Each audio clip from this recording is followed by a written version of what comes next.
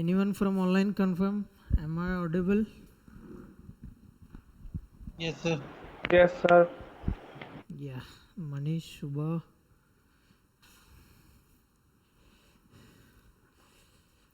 Where are we right now? Any doubts in any sums, earlier sums?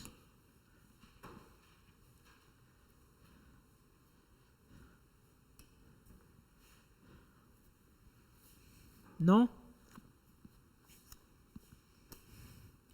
Okay, then today I am starting issue of sweat equity shares. Okay, we are done with bonus na in the last class. Sweat equity shares, page number 59.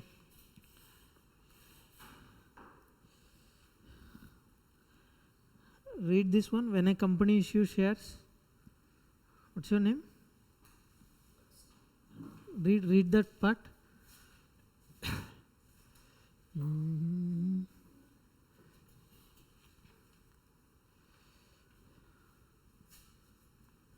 Wait.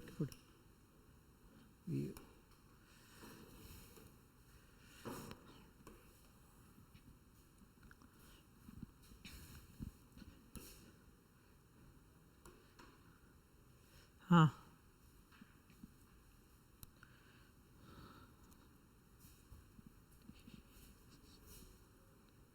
read this. What is sweat equity share? बैठ के पढ़ो.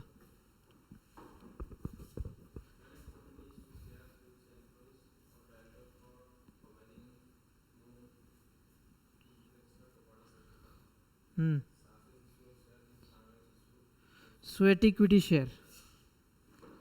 So till now what we have seen, all sort of issues. Issue of shares, this is to shareholder. Forfeiture of share, this is from the shareholder, you are forfeiting the share. Rights issue, this is to the shareholder. Bonus issue, this is also to the shareholder. Sweat equity shares, these are not to the shareholders, this is to employees and directors. Sir, why are you issuing sweat equity shares?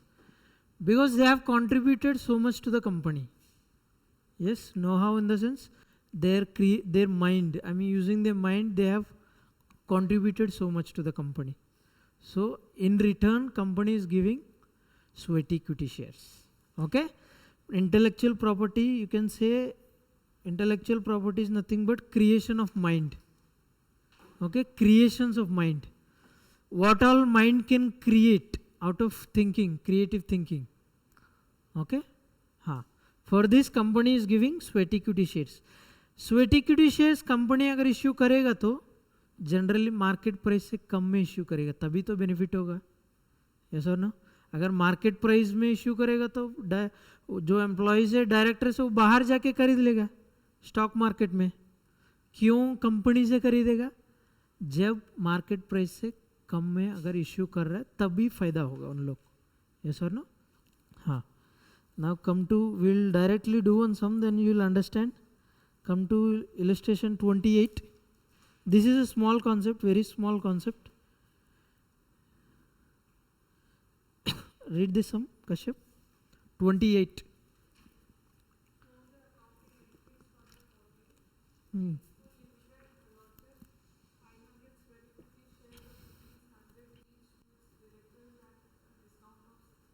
6%.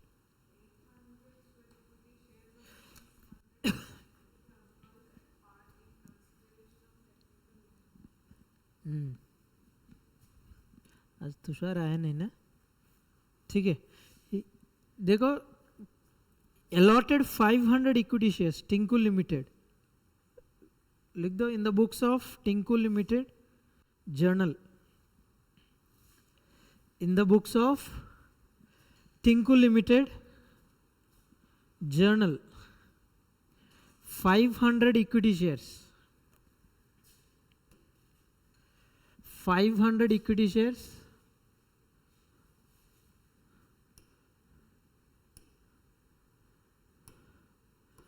$500 equity shares. क्या pen दिया है?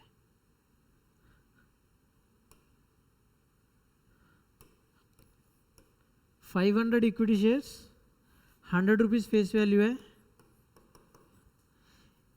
Eight a discount of 6%, तो issue price कितना होगा? Issue price या offer price बोल सकते, issue price नहीं बोलेगा, या ऑफर प्राइस है, ऑफर प्राइस कितना होगा? 94, करेक्ट 94। तो एंट्री क्या होगा? पैसा आएगा 94 रुपीज 500 शेयर्स का, 6 रुपीज किस अकाउंट में बुक करेगा? एक्सपेंस, वो लॉस है, ऐसा ना, लॉस है। वो ऊपर बोल दीजिए, अकाउंटिंग दिया था, accounting for issue of sweat equity shares, किस नाम पे एक्सपेंस बुक करना है? इंटेलेक्चुअल प्रॉपर्टी अकाउंट, ठीक है। अभी एंट्री क्या होगा इधर देख लो अच्छे से,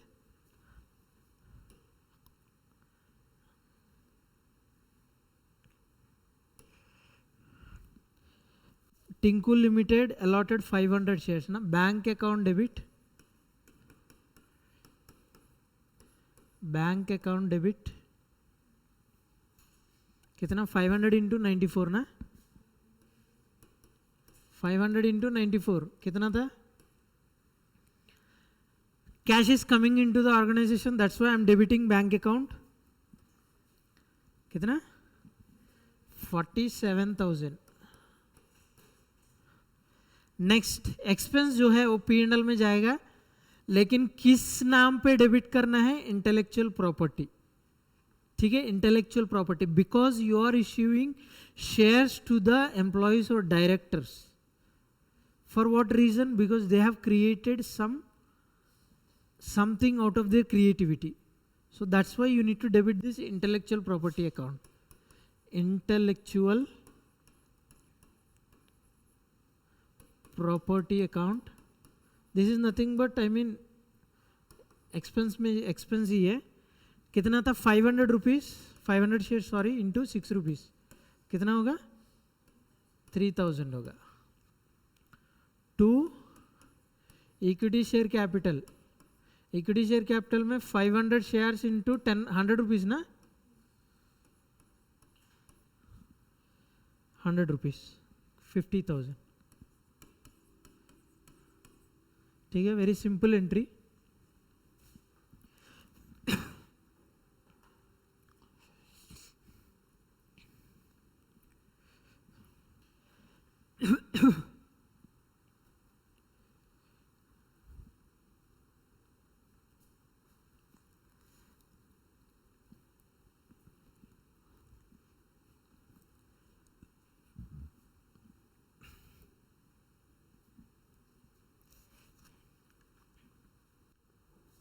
ठीक है, नेक्स्ट एंट्री क्या होता है देख लो, 800 shares of 100 rupees allotted to employees at par in consideration of technical know हो।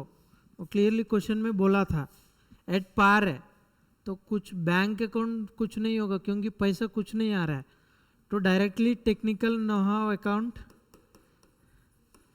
Both are of similar nature. Intellectual property, technical know how, you call it as same know-how, technical know-how account debit to equity share capital. How many shares? 800 shares into 100 na, 80,000।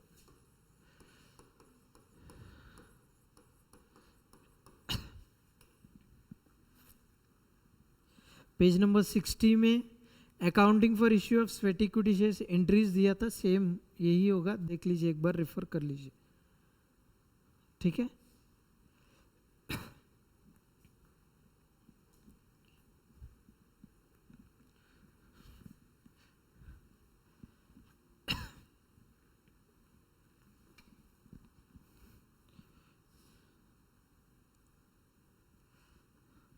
Next ESOP,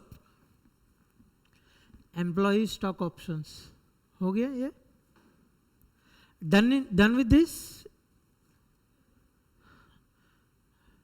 Manish, Shubho? Yes, sir. Yes, sir. Now,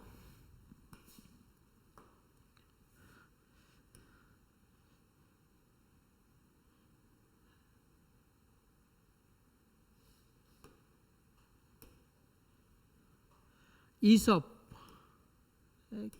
pen change नहीं हो रहा है colour तो,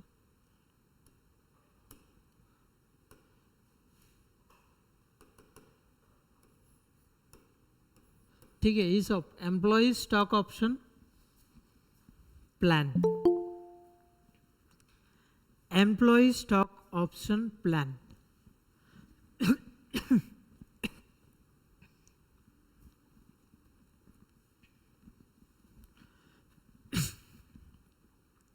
Earlier we have seen sweat equity shares. Now this is employee stock option plan. Read the first line.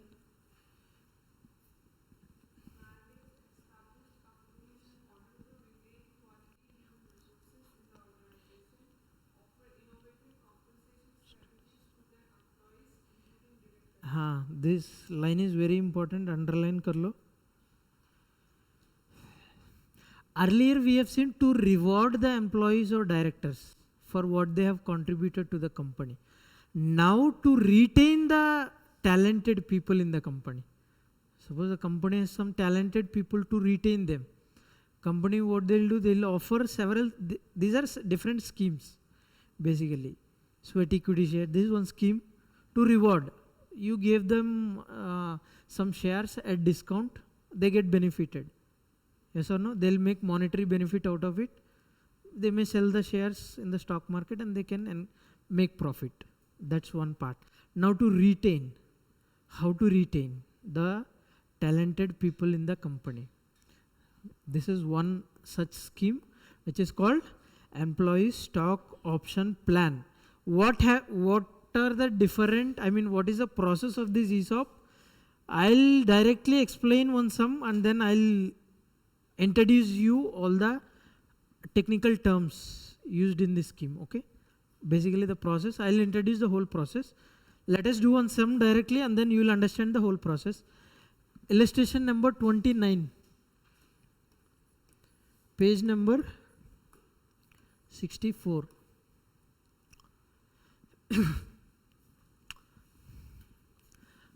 Manish, read the sum.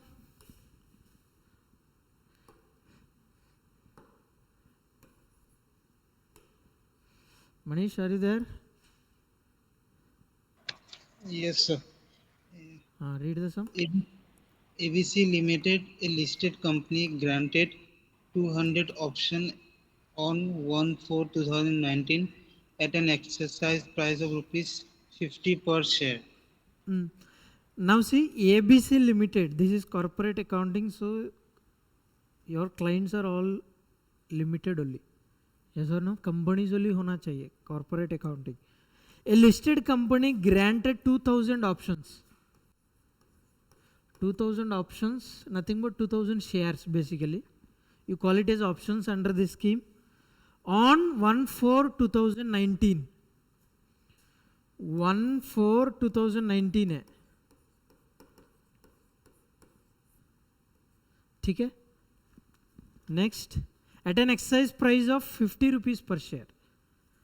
Exercise price. Okay, exercise price of how much? 50 rupees per share. Next. The market price at that time was rupees 100 per option. वो actually printing mistake है. 150 कर लो उधर, question में 150 कर लो. ठीक है, answer 150 के basis पे दिया था, वो एक्चुअली प्रिंटिंग मिस्टेक है, देख लो. 150 कर लो उधर, मार्केट प्राइस है 150. ये तो एक्सरसाइज प्राइस है, ईपी बोलता हूँ. मार्केट प्राइस कितना था? 150. ठीक है. Next, face value of each share being 10 rupees. Face value है 10 रुपीज.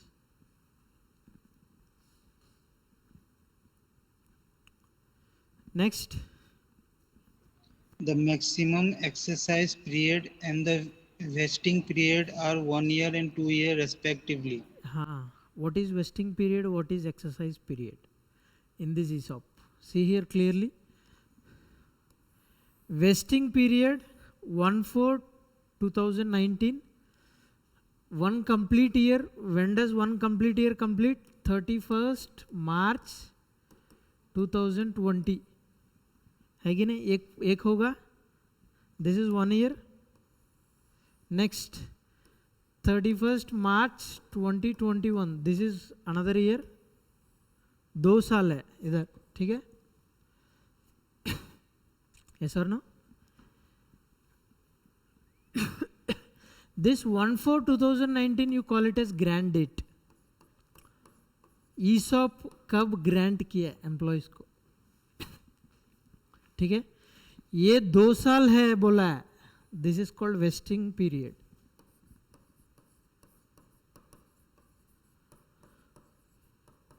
क्वेश्चन में वेस्टिंग पीरियड कितना साल बोला है, देखो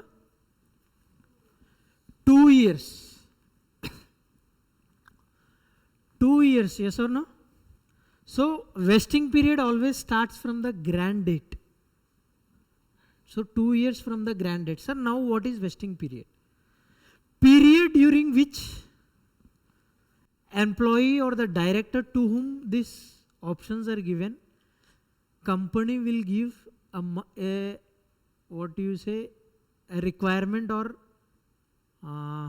target कुछ देते हैं, yes or no? Company gives a target or a requirement basically. Say for example, you should stay in these 2 years, you should not leave the company. Okay, I am granting on this particular date, you should stay for minimum 2 years in this company, you should not go. That's why I told, to retain talented human resources. Company is trying to retain talented people, because if the company loses talented people, what happens? What may happen? Anyone? Why the company is struggling to retain talented people? Why? It can leave talented people, right? What happens if long run? Yes, basically company will benefit out of it, yes or no? If the talented people stays in the company, due to their innovation strategies etc., company can survive in the long run, make good profits, yes, showers goodwill, I mean in the long run it can shower goodwill in the long run, yes sir?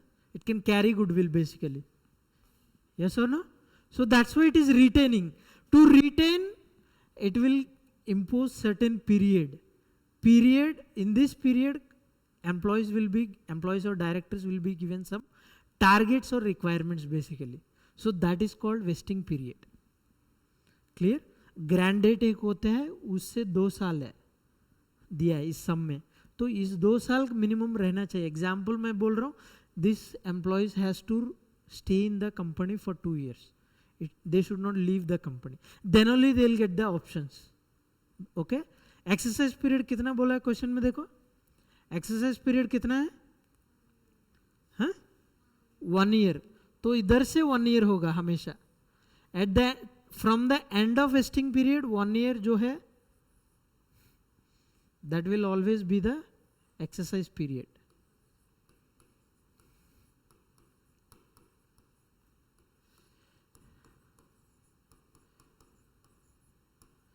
To simplify the whole process, see carefully, company is giving options, basically 2000 options.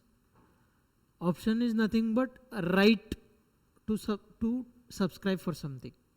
Here options in the sense shares. 2000 shares, those employees or directors can subscribe for these 2000 shares. Market value, I mean shares of having market value of 150 rupees, they can subscribe just for 50 rupees and make this monetary benefit of 100 rupees.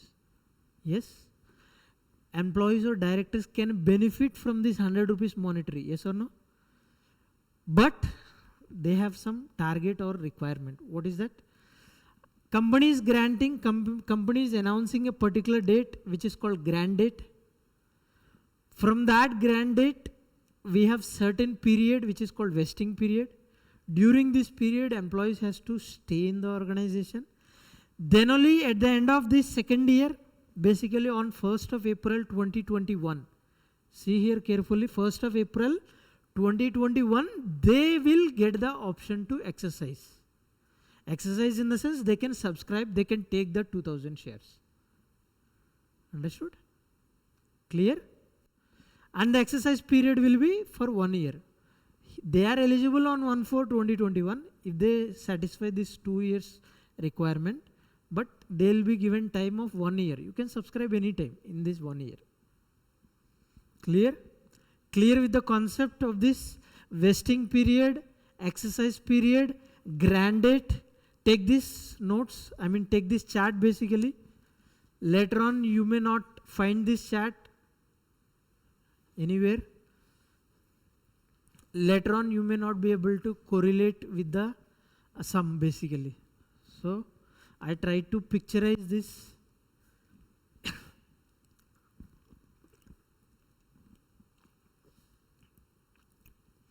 Vesting period always starts from the grant date.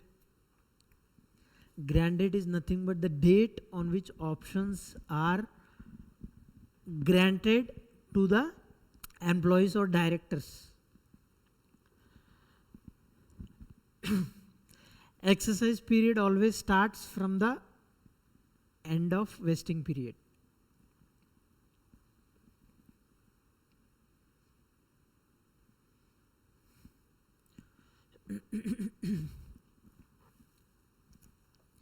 ये होगा 31 मार्च 2022 होगा. These are 3 years. First year, this is first year, this is second year, this is third year.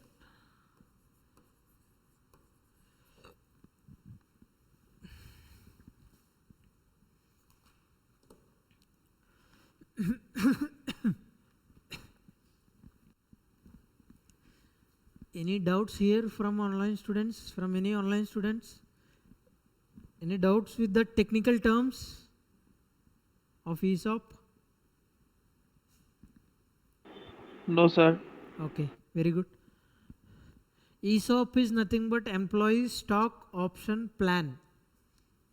A plan through which options or shares are offered to the employees or directors. You should understand the difference.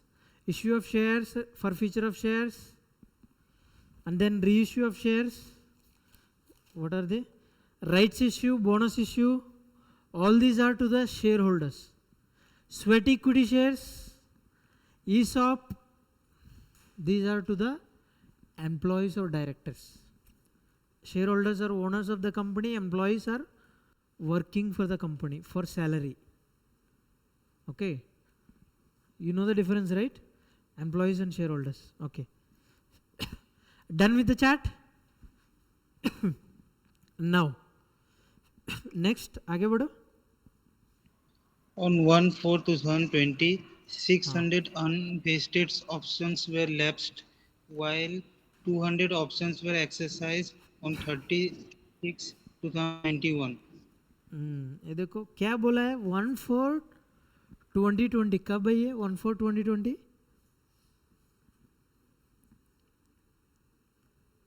second year हाँ in the vesting period only 1/4/2020 is when at the end of 1 year yes or no see here after completion of 1 year 600 unvested options were lapsed. What do you mean by unvested options? Vesting, what is this vesting period? Period during which employees has to satisfy certain conditions or requirements. Yes or no? Unvesting in the sense they did not satisfy. Say for example, company on the grant date has given one requirement or condition that you should stay in the company for 2 years. Say what in the question what they are telling after 1 year 600 unvested options were lapsed. Unvested options in the sense 600 shares to whom, I mean employees to whom 600 shares were offered, basically they left the company. Understood? Unvest in the sense requirement satisfied nahi hua. Matlab they might have left the company here after 1 year. So company need not give them these options anymore. Yes or no? Yes or no? 600. ठीक है starting में 2000 दिया था after 1 year 600 lapse हो गया तो बाकी कितना और बाकी है देने का? हाँ, 1400 आफ्टर 1 ईयर 1400 और देने वाला है, ठीक है। लेकिन while 1200 options were exercised on 30th June 2021, 1400 से 1200 options एक्सरसाइज कर लिया। कब एक्सरसाइज किया? जून 31 जून 2021. This sum is very complicated and this is there is a high chance that you will receive this sum in this attempt. I am expecting. Okay, ESOP, because this is a common scenario in the companies, which is observed in the companies. Okay, so try to pay attention. If you understand this chart, then only you can draft the journal entries. For which amount you need to draft the journal entry fully depends on this chart. Understood? So try to follow the chart very very carefully. So first year के बाद इधर देखो कितना हो गया, 1400 हो गया। इधर कितना था? 2000 था। यस और नो? इधर 1400 कैसे हो गया? आफ्टर 1 ईयर 600 ऑप्शंस जो जिस एम्प्लॉयज को दिया वो लेफ्ट द कंपनी, सो दो 600 ऑप्शंस आर अनवेस्टेड, ठीक है। सो हियर 1400 हो गया। अभी 31 मार्च तक 1400 ही है, यस और no? Somewhere in June here इधर, यस और नो? मैं इधर एरेज कर लेता हूँ तो अच्छे से समझ में आएगा। इधर ये पार्ट में एरेज कर ले रहा हूँ।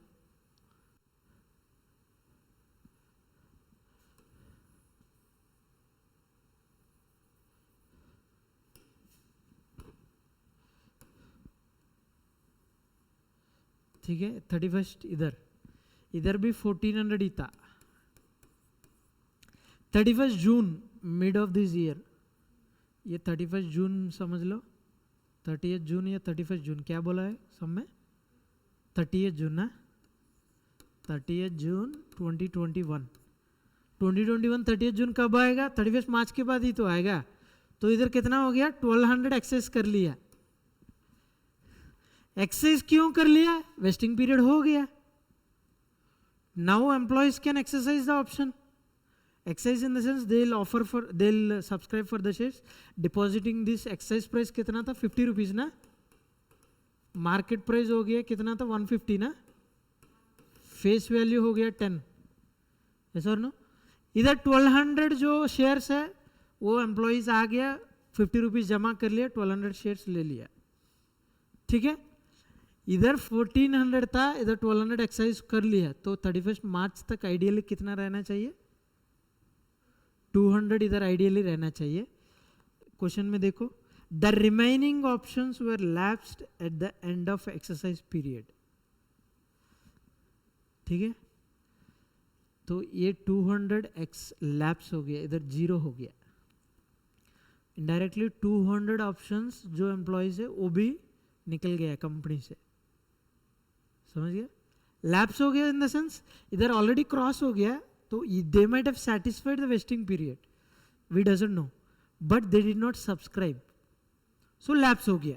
कुछ भी रीजन हो सकता है, समझ गया? लैप्स हो गया इसलिए वो क्लियरली क्वेश्चन में बोला है। तो फाइनली कितना था? 1200 ही एक्सरसाइज हुआ है। अच्छे से देख लो, 2000 हमने ऑफर किया कंपनी ने, 600 ऑप्शंस जो बंदा है वो लेफ्ट द कंपनी, तो 1400 ही बचा है। इधर 1400 इस साल में भी आ गया। एक्सरसाइज पीरियड जब एंटर हो गया, एक्सरसाइज पीरियड में वो सिर्फ 1200 एक्सरसाइज किया था, बाकी 200 एक्सरसाइज ही नहीं किया। जो आउट ऑफ 2000 ओनली 1200 एक्सरसाइज किया था, समझ गए? Understood? Try to understand the question first. If you have any doubts in the question, please raise now itself.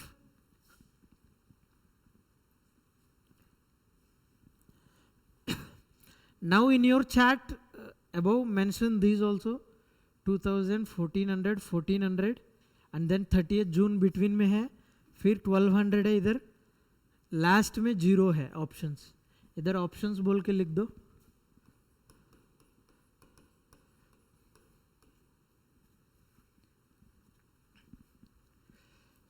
Fast,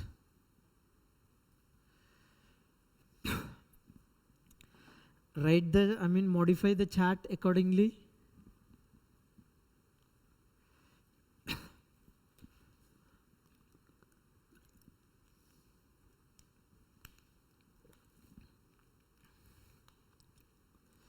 $2000 के आगे पहले ऑप्शंस बोल के लिख दीजिए। ऑप्शंस स्टार्टिंग में 2000 था, 31 मार्च में 1400 हो गया, इधर 1400 था, बीच में सब्सक्राइब किया था 1200, लास्ट तक कुछ नहीं है, 200 होना चाहिए आइडियली, बट कुछ नहीं है क्योंकि अनवेस्ट हो गया। क्वेश्चन में बोला है क्लियरली 200।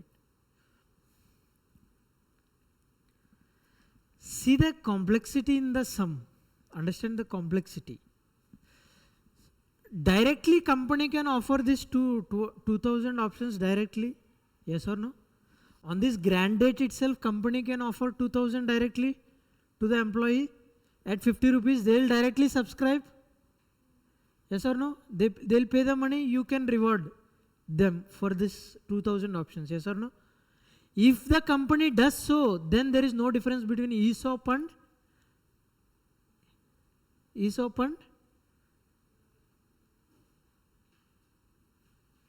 पहले क्या कॉन्सेप्ट था इसके पहले? Sweat equity. If the company on the initial day itself offers directly 2000 shares to the employees or directors, then there is no difference between this sweat equity and ESOP. Try to understand the difference. Why there is difference here? Here in ESOP there are conditions to be met during the vesting period. There is a vesting period concept. There is exercise period. Okay. And the benefit, to get the benefit, there is a time period. To get the benefit, time has to lapse. Yes or no? This is time bounded issue. Time bounded benefit in case of ESOP. In case of sweat equity shares, directly company will issue, they will get the shares. Done. Understood?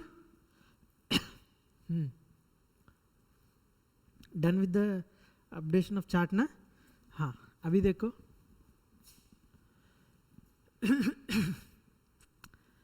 ठीक है, मैं पूरा question पढ़ लिया था. Company initially में 2000 दे दिया shares, लेकिन फाइनली कितना सब्सक्राइब हुआ? At last 1200 only. यस और नो? आइडियली एंट्री क्या होगा? मैं directly compound entry, direct entry मैं बता रहा हूँ. ठीक है, डायरेक्ट एंट्री में बता रहा हूं, एक बार देख लीजिए. बैंक अकाउंट डेबिट 1200 शेयर्स ना, कितना excise price? 50 rupees. Bank account debit कितना था? अमाउंट बताओ जल्दी. 1200 इंटू 50 अमाउंट कितना है बताओ? 60,000. ठीक है. 2 equity share capital 1200 into 10 rupees. Yes और नो? कितना होगा?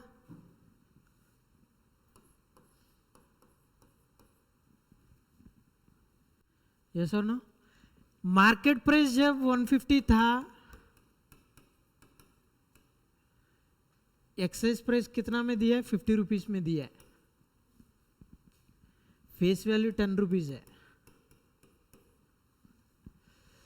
Can anyone tell me the securities premium amount?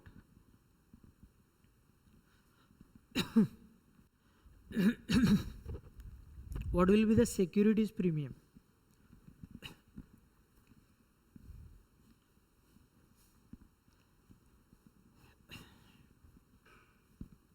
What will be the securities premium? Tell me the amount. So 140. 140 rupees. कैसे? तो ये मार्केट प्राइस तो 150 था, तो जिसमें 10 रुपीज तो फेस वैल्यू 10 रुपीज है, मार्केट प्राइस है 150 है लेकिन एक्सरसाइज प्राइस है 50 रुपीज, ये दोनों का डिफरेंस होगा या ये दोनों का डिफरेंस होगा?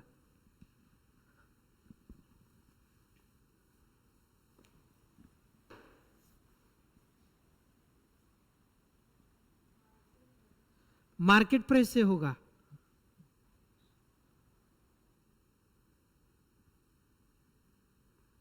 आइडियली इश्यू प्राइस से होना चाहिए, ठीक है। इश्यू प्राइस जो है मार्केट से रिलेवेंट है।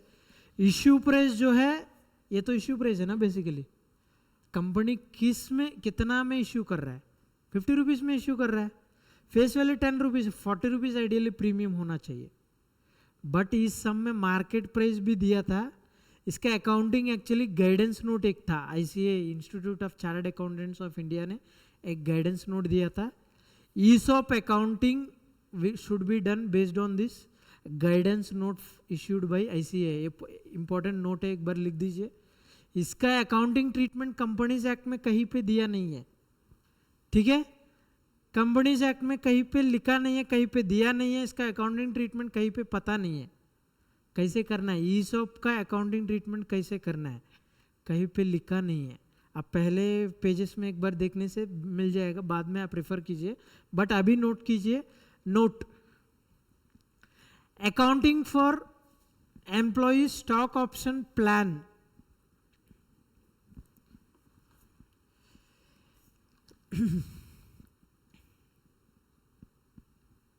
is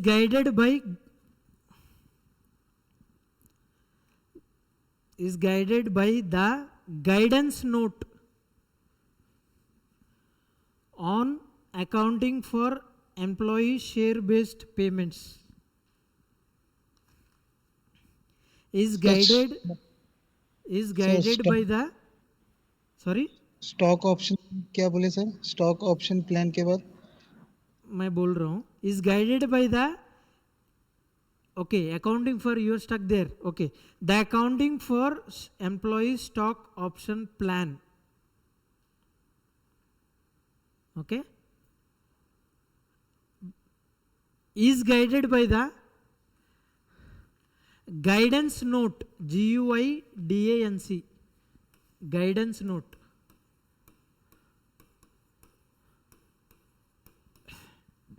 ये है guidance note. Guidance note is nothing but एक गाइडेंस का एक पीडीएफ कॉपी दे देता है। पीडीएफ मतलब जिसमें गाइडलाइन सब लिखा रहता है, ऐसे ऐसे करो, ऐसे ऐसे करो बोल के, ठीक है। ए draft sort of A draft paper, ठीक है। Guidance note on accounting for, bit में भी आ सकता है, ठीक, इसलिए मैं दे रहा हूँ। accounting for employee share based payments, employee share based payments, employee share based payments inverter commerce में रख दीजिए,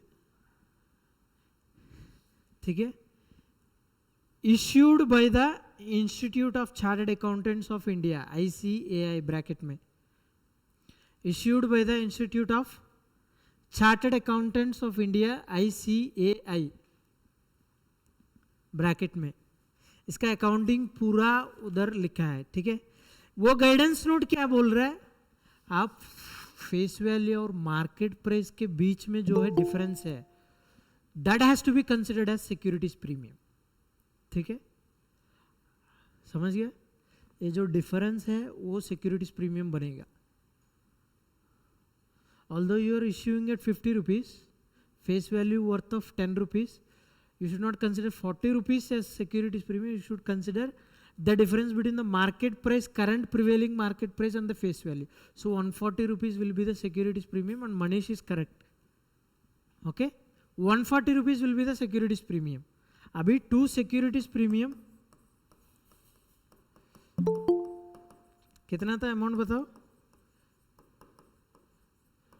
1200 इंटू 140 कितना होगा?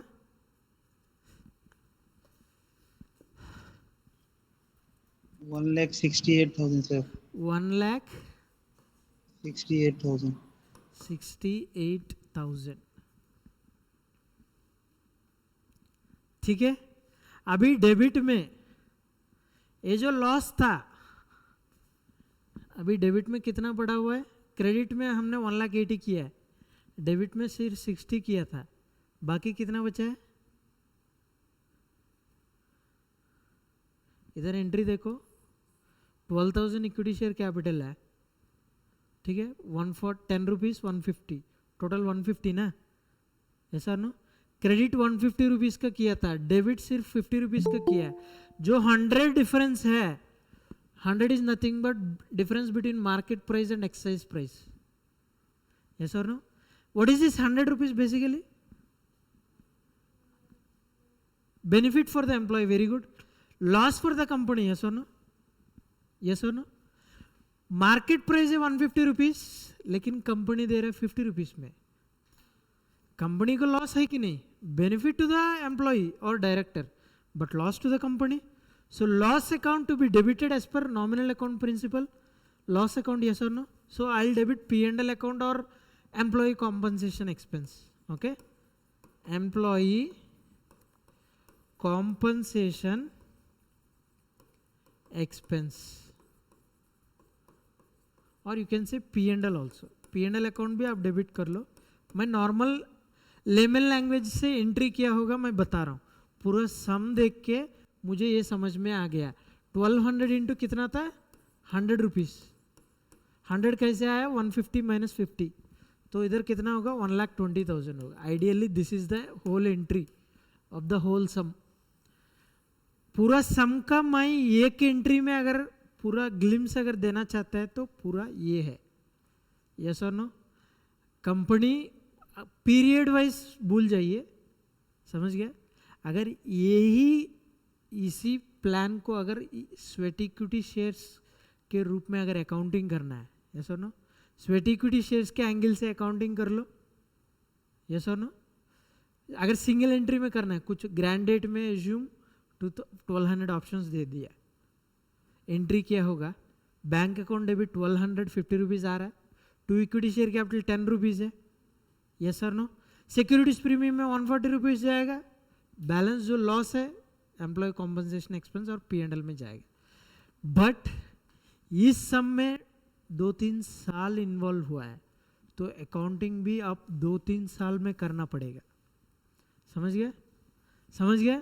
अभी अकाउंटिंग 2-3 साल में कैसे करना है एक बार अच्छे से देख लो.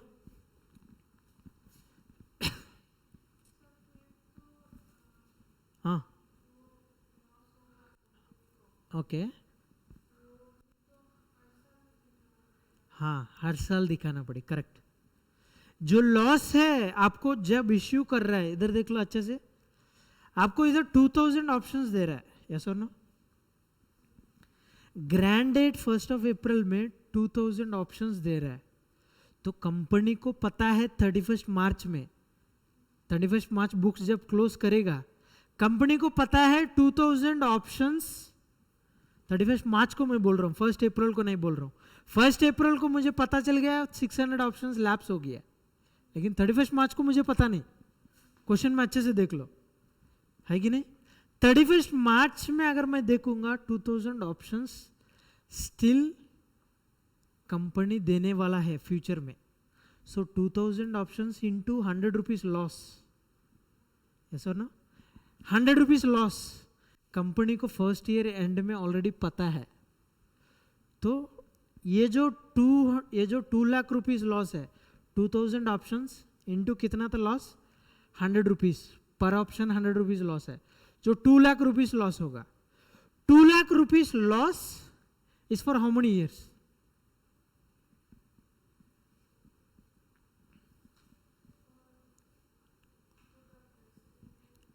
हाँ, अप टू वेस्टिंग पीरियड खत्म होने तक.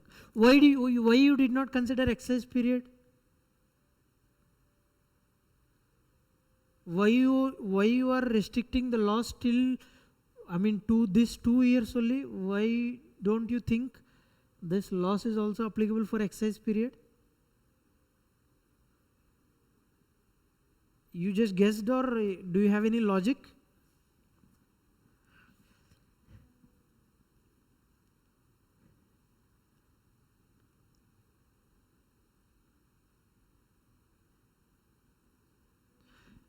$2 lakhs is the loss, Now I have to write off this loss in 1 year or 2 years or 3 years.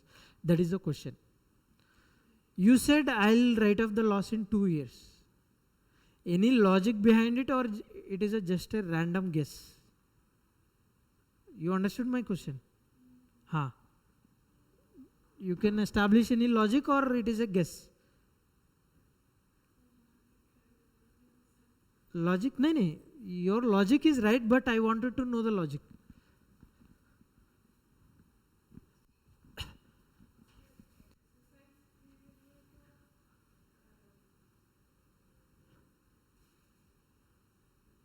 Okay, I'll tell you. Second year होने के बाद तुरंत वो लोग का एक्सरसाइज करने का ऑप्शन आ जाएगा. यस और नो? एज्यूम 31 मार्च 2021 में वेस्टिंग पीरियड खत्म हो गया. 1 अप्रैल 2021 में अगर सब लोग एक्सरसाइज कर लेगा तो this loss actually pertains to this 2 years. Yes और नो? यस और नो? इधर एक्सरसाइज कर लिया तो एक्चुअल बुकिंग आ जाएगा. यस और नो? इधर जब ग्रांट किया था और फर्स्ट ईयर जब एंड हो गया तब एसेस करना है और फ्यूचर कितना साल है, वेस्टिंग पीरियड में और कितना साल है. Actually basically this loss you should right of during the vesting period. Okay, why vesting period? Immediately after the vesting period actual booking comes ना. एक्सरसाइज करने से एक्चुअल बुकिंग हो जाएगा. समझ गया? वेस्टिंग पीरियड में ही तुम राइट ऑफ करना पड़ेगा. Guidance note is telling that. Why vesting period? Because requirement has to be satisfied in this period. Okay, so this 2 lakhs loss you should write off for 2 years. So first year का loss, हाँ वो lapse में मैं बाद में आऊँगा. ठीक है, लैप्स हो जाएगा तो उस जब तुम राइट ऑफ कर रहे हैं तुमको अगर पता है लैप्स हो गया, तुम वो लॉस को एडजस्ट करना पड़ेगा अकॉर्डिंगली. मैं बताता हूँ वो कैसे है. अभी पहले तुम देख लो इधर 2000, इधर का कितना लॉस कितना था, इधर 2 lakhs. ठीक है, 2 lakhs, 2 lakhs for 2 years. Vesting period 2 साल है तो 1 साल का लॉस कितना होगा, 1 lakh होगा. Clear clear till now? Any doubts till now? I will take a pause. If you have any doubts please raise it to me.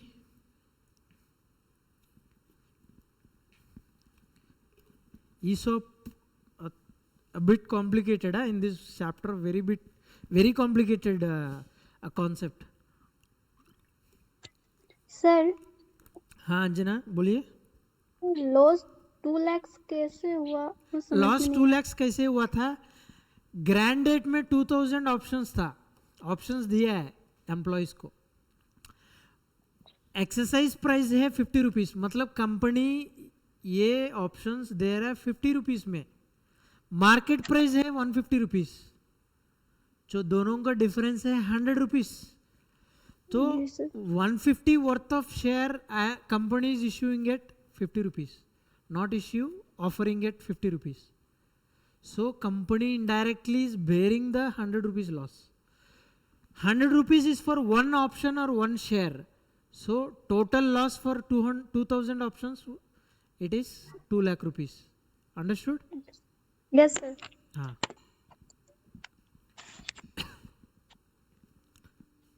No doubts ना?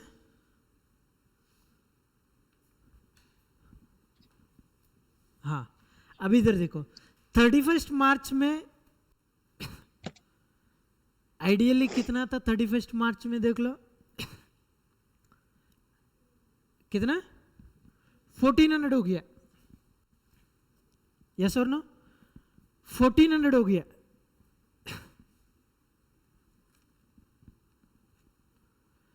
क्वेश्चन एक बार अच्छे से पढ़ लो. On 1/4/2020 600 unvested options were lapsed. On 1/4/2020 है ये, not on 31 मार्च 2020. समझ गए? 31 मार्च तक मुझे पता नहीं है, तो मैं कितना लॉस राइट ऑफ करूंगा? 1 लाख राइट ऑफ करूंगा। सर कैसे है? 2 लाख टोटल, दो साल का लॉस है, मैं 1 साल का लॉस कितना होगा? 1 लाख होगा। मैं 31 मार्च में देख रहा हूँ 2000 ऑप्शन है, मुझे इन्फॉर्मेशन नहीं है, समझ गए? क्योंकि 31 मार्च में रिजाइन नहीं किया वो बंदा, 1 अप्रैल में रिजाइन किया, तो 31 मार्च में मैं कितना लॉस बुक करूंगा? 2 लाख इज फॉर 2 ईयर्स, मैं 1 लाख लॉस बुक करूंगा। 1 लाख लॉस बुक करने का एंट्री से अभी स्टार्ट कर लो। In the books of ABC limited,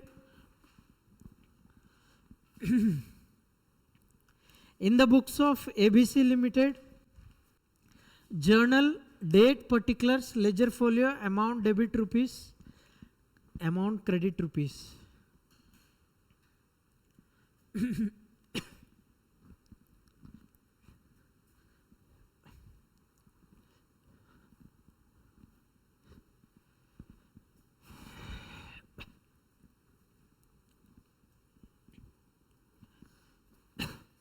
ये जो फर्स्ट ईयर है, फर्स्ट ईयर एंड का मैं एंट्री दे रहा हूँ, अच्छा से देख लो।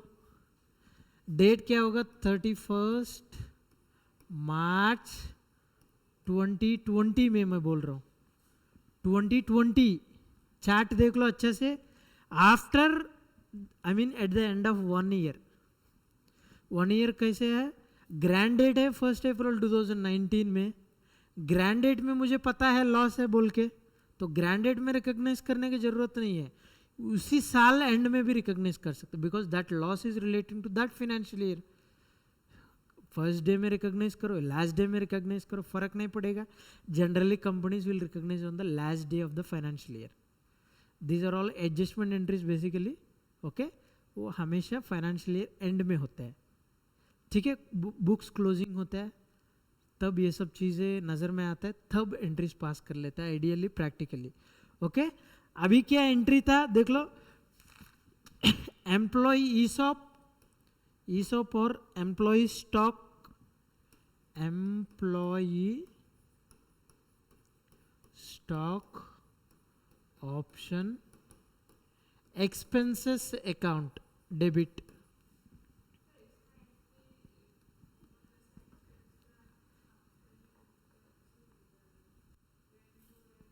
एक्सपेंसेस आउटस्टैंडिंग, हाँ, सिमिलर सॉर्ट ऑफ थिंग। ये जो पार्ट है एक्चुअली P&L में जाएगा, उसका करस्पॉन्डिंग क्रेडिट होता है वो बैलेंस शीट में जाएगा, सिमिलर टू प्रीपेड और outstanding expenses, you mean to say. Yes, outstanding expenses you can assume as outstanding to employee stock option outstanding account. Note this point, outstanding account. This outstanding account is a temporary account.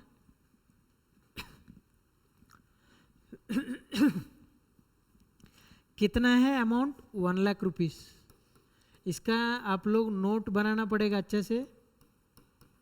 1 lakh rupees कैसे आया था? Working notes एक दे दो, बाद में थोड़ा space छोड़ दो, 1 या 2 पेजेस का स्पेस छोड़ दो, बाद में working note, employee compensation expenses to be recognised in the P&L। Employee note, working note का हेडिंग क्या होगा? Employee compensation expenses to be recognised in the P&L, profit and loss account. Working note आपका book में भी दिया था, आप reference ले सकते हैं। Employee compensation expenses to be recognised in the P&L account. Particulars first year का 2019-20 दे दो, particulars next 2019-20।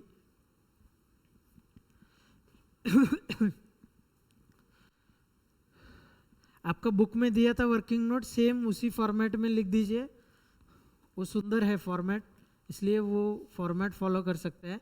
Employ gross value of employee compensation expenses,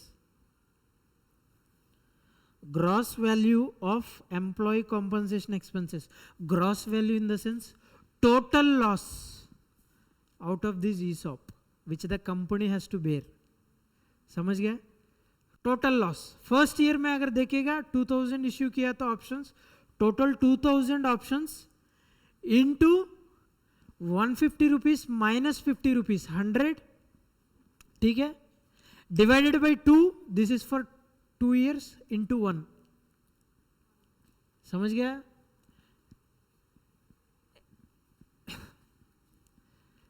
समझ गया. कैलकुलेशन अच्छे से देख लो. 2000 ऑप्शंस. सर 2000 कैसे है, एक्चुअली एक्सेस किया 1200 ना, लेकिन ये 1200 मुझे 1 साल ये 2 साल के बाद पता चलेगा ना. मुझे 1 साल के बाद देख लो, चार्ट देख लो अच्छे से, चार्ट देख लो. 1 साल के बाद after 1 year unvested options still lying how much? Options outstanding, I would say, not unvested options outstanding. How many है? 2000, not 600. 2000 है. Not unvested, I am telling options outstanding. Outstanding in the sense yet to be subscribed by the employees and directors. Okay, that is called outstanding options. Outstanding options कितना था at the end of 1 year? 31st March 2020 में अगर देखेगा 2000 है. So 2000 options into loss कितना था? 150 rupees minus 50 rupees. 150 rupees market price है, अभी इश्यू कर रहा है 50 रुपीज में, तो लॉस है कंपनी का 100 रुपीज. 2000 ऑप्शंस इनटू 100 रुपीज, ये टोटल लॉस होगा. The total loss is for how many years? Divided by 2 years. अच्छे से लिख दो, डिवाइडेड बाय 2 years. बुक में अच्छे से लिख दो, बाद में पता नहीं चलेगा क्यों डिवाइड बाय 2 किया है. 2 years इंटू 1 year, बगल में इंटू 1 year, इंटू 1 year. हाँ इधर इंटू 1 year, 1 year लिख दो, ईयर. ठीक है. कितना आएगा? टोटल लॉस 2 lakhs है, 1 साल का 1 लाख आएगा. ठीक है. नीचे 1 लाख आ गया ना. Expenses to be recognised in P and L लिख दो, बगल में पी एंड एल लिख दो. आपका बुक में पी एंड एल नहीं दिया है, अच्छे से पी एंड एल दे दो. इधर भी है, इधर भी है, पी एंड एल दे दो. To be recognised in P and L 1 lakh, तो 1 लाख इधर मैंने ले लिया. अभी ये जो डेबिट है ये नॉमिनल अकाउंट, ये तो नॉमिनल अकाउंट है. ईयर एंड में नॉमिनल अकाउंट सब पी एंड एल में ट्रांसफर करेगा. यस और नो? ट्रायल बैलेंस बना देगा. ट्रायल बैलेंस में जो नॉमिनल अकाउंट से जो डेबिट बैलेंस है सब P and L debit side जाएगा ना. यस और नो? वया क्लोजिंग एंट्री. ठीक है. ये क्या था? P and L account, profit and loss account. Next entry क्या होगा? Profit and loss account. Same 31st March 2020 में profit and loss account debit to, ये जो है ESOP, I am using short form. You should not use short form in the exam. You should write employee stock option expense account. समझ गए? This is the first year entry. Amount क्या होगा? 1 लाख होगा.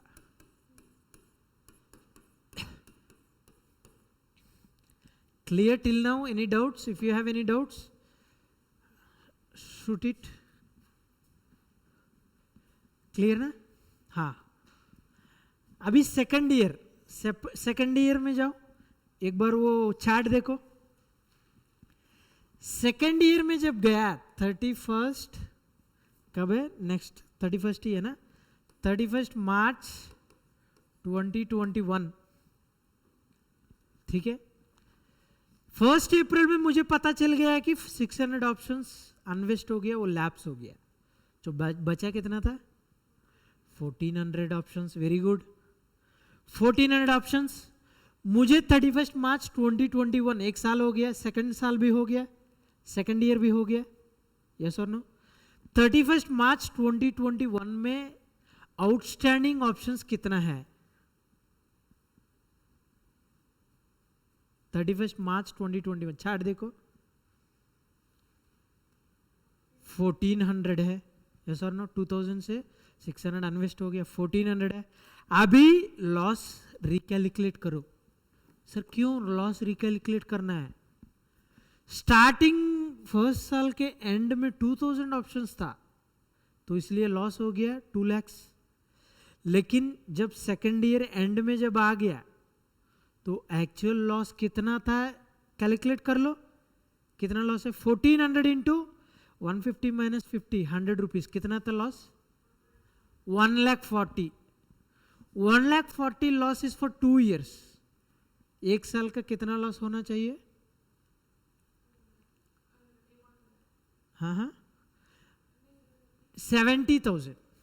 2 years का 1,40,000। Calculation देख लो अच्छे से दोबारा। ये फर्स्ट साल का हो गया ना, एंट्री फर्स्ट साल का हो गया ना। मैं सेकंड साल का एंट्री फिर दोबारा दे देता हूं, इधर देखो अच्छे से। फर्स्ट 1 साल हो गया, इधर देखो 1 साल हो गया। सेकंड ईयर में 1400 ऑप्शंस है, जो अभी लॉस 2000 ऑप्शंस का 2 lakhs है, तो 1 साल का हमने 1 lakh P&L में बेच दिया। अभी 31 मार्च में 1400 ऑप्शंस हो गया।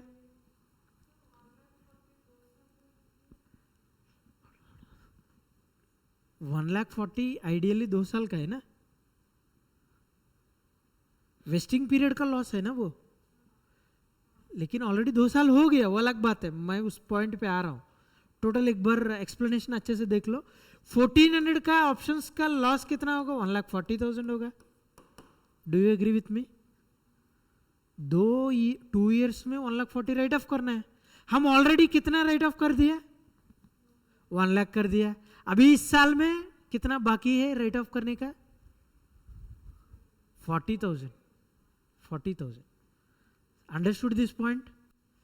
2 साल का लॉस फर्स्ट ईयर एंड में अगर देखेगा तो 2 लाख लॉस है, क्योंकि 2000 ऑप्शंस था। मुझे पता नहीं 600 ऑप्शंस वेस्ट अनवेस्ट हो गया, तो इसलिए मैंने 1 लाख राइट ऑफ कर दिया हाफ प्रोपोर्शन में। ठीक है, सेकेंड ईयर में मुझे पता चल गया ना कितना लॉस है। एक्चुअल लॉस तो 1,40,000 है, तो ऑलरेडी तुमने P&L में 1 लाख बेच दिया, तो अभी कितना बेचने से हो जाएगा? 40,000। समझ गए? तो 40,000 सेकेंड ईयर का एंट्री देख लो।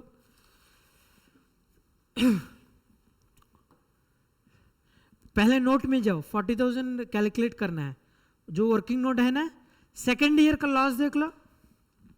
सेकेंड ईयर का इधर 2021 कैलकुलेशन कैसे है? 1400 ऑप्शंस इंटू, लिख दो 1400 इंटू, हाँ सेकेंड ईयर 2020 2021 ब्रैकेट में इधर काट लो फिर। ठीक है, हाँ 2020 2021, हाँ नीचे ये इधर कैलकुलेशन दे दो उसका। 1400 इंटू 150 माइनस 50, 100 ना। ठीक है, ये टोटल 2 years का लॉस है। डिवाइडेड बाई 2 करने से 70,000 आएगा। ये तो टोटल लॉस हो गया। अभी डायरेक्टली माइनस करो, minus 1 lakh. This is the total loss 1,40,000। Already recognise कर लिया ना 1 लाख। 2 साल हो गया, अभी डिवाइड नहीं करना है। मैं क्यों बोल रहा हूँ 70-70 आइडियली करना है कि नहीं? ऑलरेडी 1 लाख एक्स्ट्रा 1 लाख कर दिया लास्ट ईयर में, मतलब 30,000 ऑलरेडी एक्स्ट्रा कर लिया। तो इस साल में 30,000 कम कर लो, 70 माइनस 30 40 ही होगा। वो एक तरीका है। दूसरा तरीका है टोटल 1,40,000 है, ऑलरेडी 1 लाख लॉस रिकॉग्नाइज कर लिया, तो इसलिए माइनस 1 लाख कर लो नीचे। Minus 1 lakh is equal to 40,000। ठीक है, 2 तरीका से आप निकाल सकते हो। सर ये कैलकुलेशन फिर से समझा दीजिए ना। हाँ, एक बार इधर देख लो अच्छे से। फर्स्ट ईयर 2019-20 का मैं बता रहा हूं। जब 2019-20 का है 2000 options into 150 rupees minus 50 rupees, this is for whole 2 years। Now एक ईयर का लॉस कितना होगा? ये 1 लाख हो गया। ठीक है, ये 1 लाख P&L में चले गया। नाउ 2020-21 में ईयर है, फाइनेंशियल ईयर, इसमें एक्चुअली 1400 ऑप्शंस ही है, 600 लैप्स हो गया। कंपनी को लाइबिलिटी नहीं है 600 ऑप्शंस अलॉट करने का, क्योंकि लैप्स हो गया। तो टोटल 600 इक्वेशन से निकाल दीजिए, 2000 अभी हो गया 1400, तो 1400 में लॉस कितना होगा, 150 माइनस 50, समझ गया। This is the total loss. ये पार्ट तो टोटल लॉस हो गया ना, ये part, this is the total loss, here this is the total loss, समझ गया।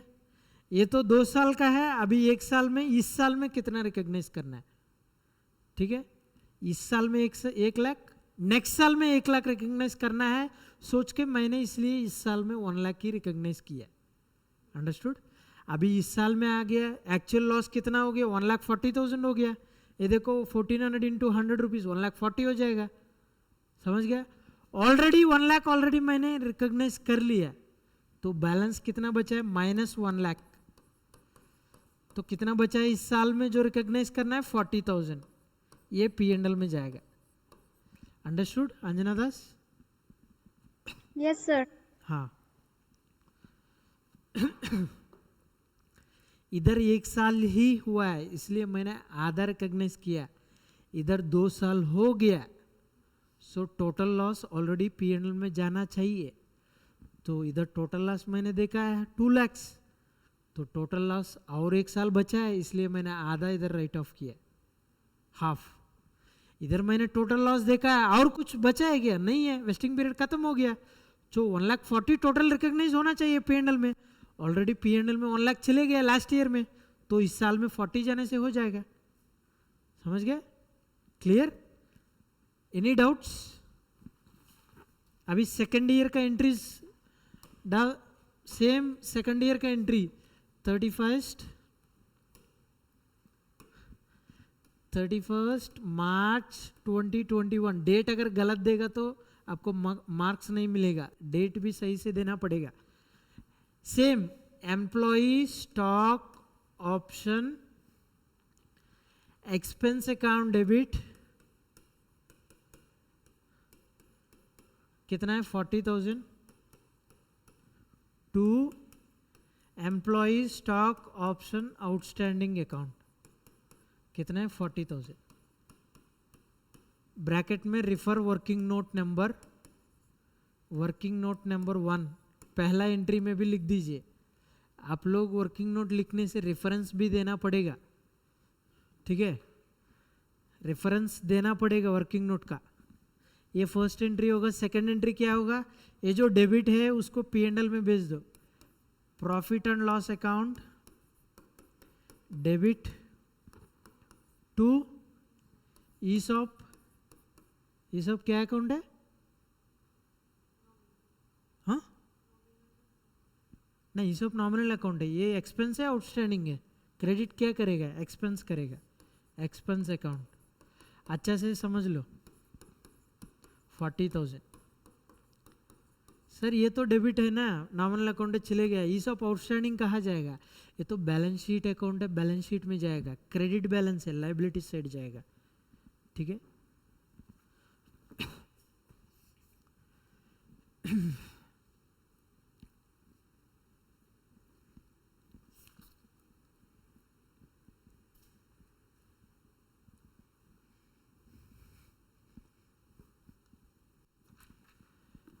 Clear?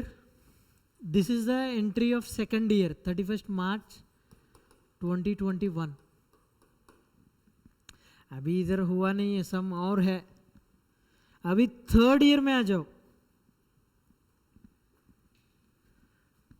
थर्ड ईयर में सर, थर्ड ईयर में डायरेक्टली 31 मार्च 2022 में जाएंगे क्या, हाँ 31 मार्च 2022 में जाएंगे क्या डायरेक्टली? नहीं सर, वो 30/6 जो 1200 ऑप्शन जो एक्सरसाइज है तो उसका। Very good Manish, very good observation. 30 जून को एक्सरसाइज किया था, तो 30 जून में एंट्री पास करना पड़ेगा ना, यस और नो। 31 मार्च 2022 में नहीं जाना है, सीधा फर्स्ट 2 साल में किया था हमने वो काम, अभी नहीं करना है, क्योंकि बीच में एक और ट्रांजैक्शन है, उसको भी बुक्स में रिकॉर्ड करो, बुक्स में रिकॉर्ड करो अच्छे से। एंट्री देख लो अच्छे से।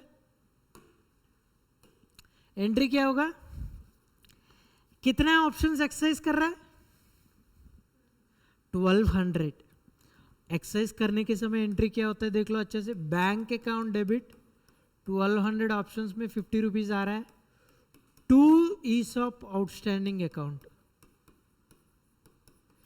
सर ईसॉप आउटस्टैंडिंग क्यों क्रेडिट किया मैं समझा देता हूँ, आप एंट्री पहले ले लीजिए। माई कॉन्सेप्ट क्या बता रहा है, गाइडेंस नोट में क्यों ये एंट्री दे रहा है मैं एक्सप्लेन कर दूंगा, ठीक है, मैं एक्सप्लेन कर दूंगा। आप पहले एंट्री ले लीजिए।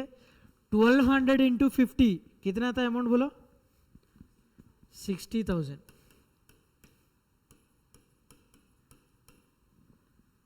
ठीक है, पैसा आ गया, अभी अलॉट कर रहा है, शेयर्स देना पड़ेगा ना, हाँ शेयर्स देने का एंट्री देखो।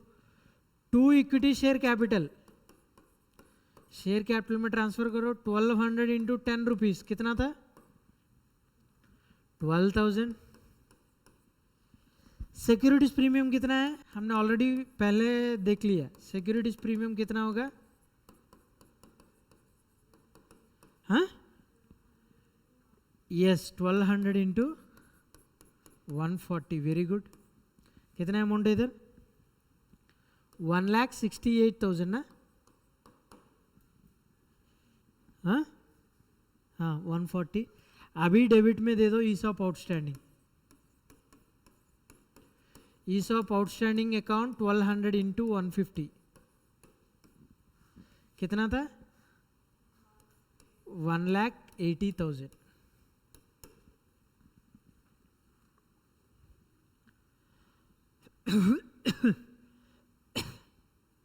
ठीक है, गाइडेंस नोट में ये बोल रहा है ऐसा करने के लिए। इन दोनों को कंपाउंड करके बताओ एंट्री मुझे। एनीवन कंपाउंड करके मुझे एंट्री बताओ, कंपाउंड एंट्री।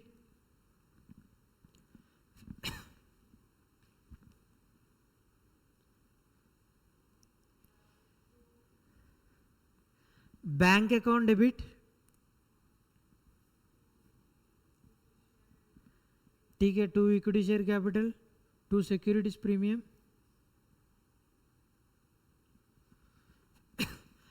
कंपाउंड एंट्री इधर देख लो अच्छे से, ये कंपाउंड एंट्री है, ये बुक्स में नहीं लिखना है, just for your understanding. Bank account debit, ESOP outstanding account debit, to equity share capital, to securities premium. Bank account में 60,000 आएगा, इधर 1,20,000 आएगा, टोटल 1,80,000 है। इधर 12,000 आएगा इक्विटी शेयर कैपिटल में, इधर 1,68,000 आएगा। अंडरस्टूड? एंट्री अच्छे से देखो, नेट एंट्री इन दोनों का ये होगा, यस और नो, ये एंट्री अच्छे से देख लीजिए। Bank account debit, ESOP outstanding account debit, to equity share capital, to securities premium. ठीक है, यही एंट्री मैंने स्टार्टिंग में बोला है, टोटल सम का डायरेक्ट एंट्री यही होगा। इधर एम्प्लॉय कॉम्पनसेशन अकाउंट आया था डिफरेंस में, समझ गया, अभी ये आउटस्टैंडिंग अकाउंट आ गया। ठीक है, समझा कि नहीं? बीच में आउटस्टैंडिंग अकाउंट एक है, temporary account, because every year you need to transfer some amount to P&L, so you are debiting ESOP expense account। Credit किसको देगा, टेम्पररी अकाउंट होना चाहिए, तो इसलिए आउटस्टैंडिंग अकाउंट यूज कर रहा है, समझ गए? तो इसलिए ESOP expense account debit to ESOP outstanding account. First entry देख लो फर्स्ट का, और सेकंड ईयर का एंट्री देखो, फर्स्ट एंट्री आउटस्टैंडिंग कितना क्रेडिट हुआ है, आउटस्टैंडिंग फर्स्ट ईयर में कितना क्रेडिट हुआ है, टोटल मिला के 1,40,000 हो गया, यस और नो? इधर नेट में कितना डेबिट हुआ है? ईसॉप आउटस्टैंडिंग में बोल रहा हूं, पहला 2 साल में ईसॉप आउटस्टैंडिंग में क्रेडिट कितना हुआ है? एंट्रीज देख लो आपका बुक्स में देख लो अच्छे से, ईसॉप आउटस्टैंडिंग अकाउंट बोल के क्रेडिट में कितना पड़ा हुआ है फर्स्ट ईयर और सेकंड ईयर एंड में? एनीवन ऑनलाइन में?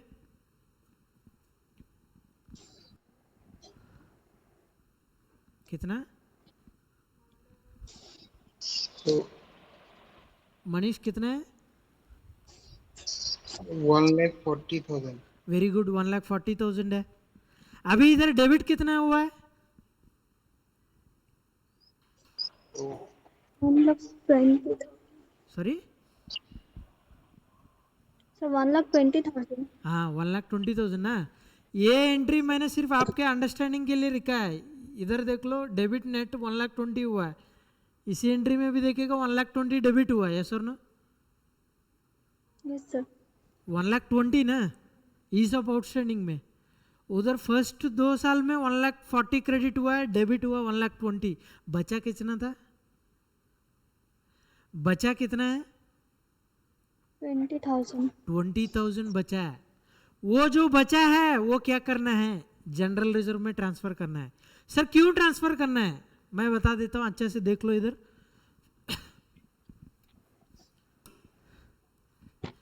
इधर देख लो अच्छे से। आपने पी एंड एल में टोटल अमाउंट कितना ट्रांसफर किया 2 साल में?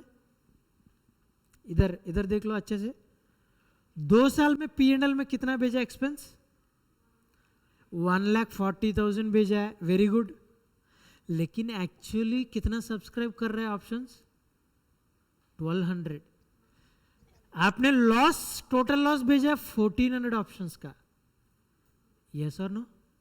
लेकिन 200 ऑप्शंस कब लैप्स हुआ? After the vesting period. 1,200 options का लॉस कितना होगा? 1,20,000 होगा, यस और नो? 1,400 ऑप्शंस के लिए 1,40,000 लॉस है। आपने पी एंड एल में 1,40,000 भेज दिया, लेकिन आइडियली लॉस कितना होना चाहिए? 1,20,000, क्योंकि 200 ऑप्शंस बाद में लैप्स हो गया। तो पी एंड एल में आपने जो भेजा है कितना एक्स्ट्रा भेजा है? 20,000 एक्स्ट्रा भेज दिया। क्यों भेज दिया 20,000? मुझे पता नहीं। 2021 31 मार्च 2021 में मुझे पता नहीं, तो इसलिए मैंने 1,40,000 बुक कर लिया लॉस। लास्ट ईयर 1 लाख किया था, इसलिए मैंने 40 बुक कर लिया। तो अभी तुमको पता है 20,000 एक्स्ट्रा भेज दिया बोल के, तो इसलिए पी एंड एल से लेके आओ। पी एंड एल से लेके आने के लिए पैसा पी एंड एल में नहीं रहेगा, क्योंकि ईयर एंड में पी एंड एल का पैसा किस में ट्रांसफर करेगा? जनरल रिजर्व में करेगा, यस और नो? तुम लास्ट ईयर का पी एंड एल अभी कैसे डेबिट करोगी? तो इसलिए तुम जनरल रिजर्व को डेबिट करना पड़ेगा, समझ गए? डेबिट नहीं, पैसा जनरल रिजर्व में 20,000 बेचना पड़ेगा। समझ गया कॉन्सेप्ट? समझ गया? हाँ, अभी एंट्री क्या होगा? लास्ट एंट्री देख लो अच्छे से।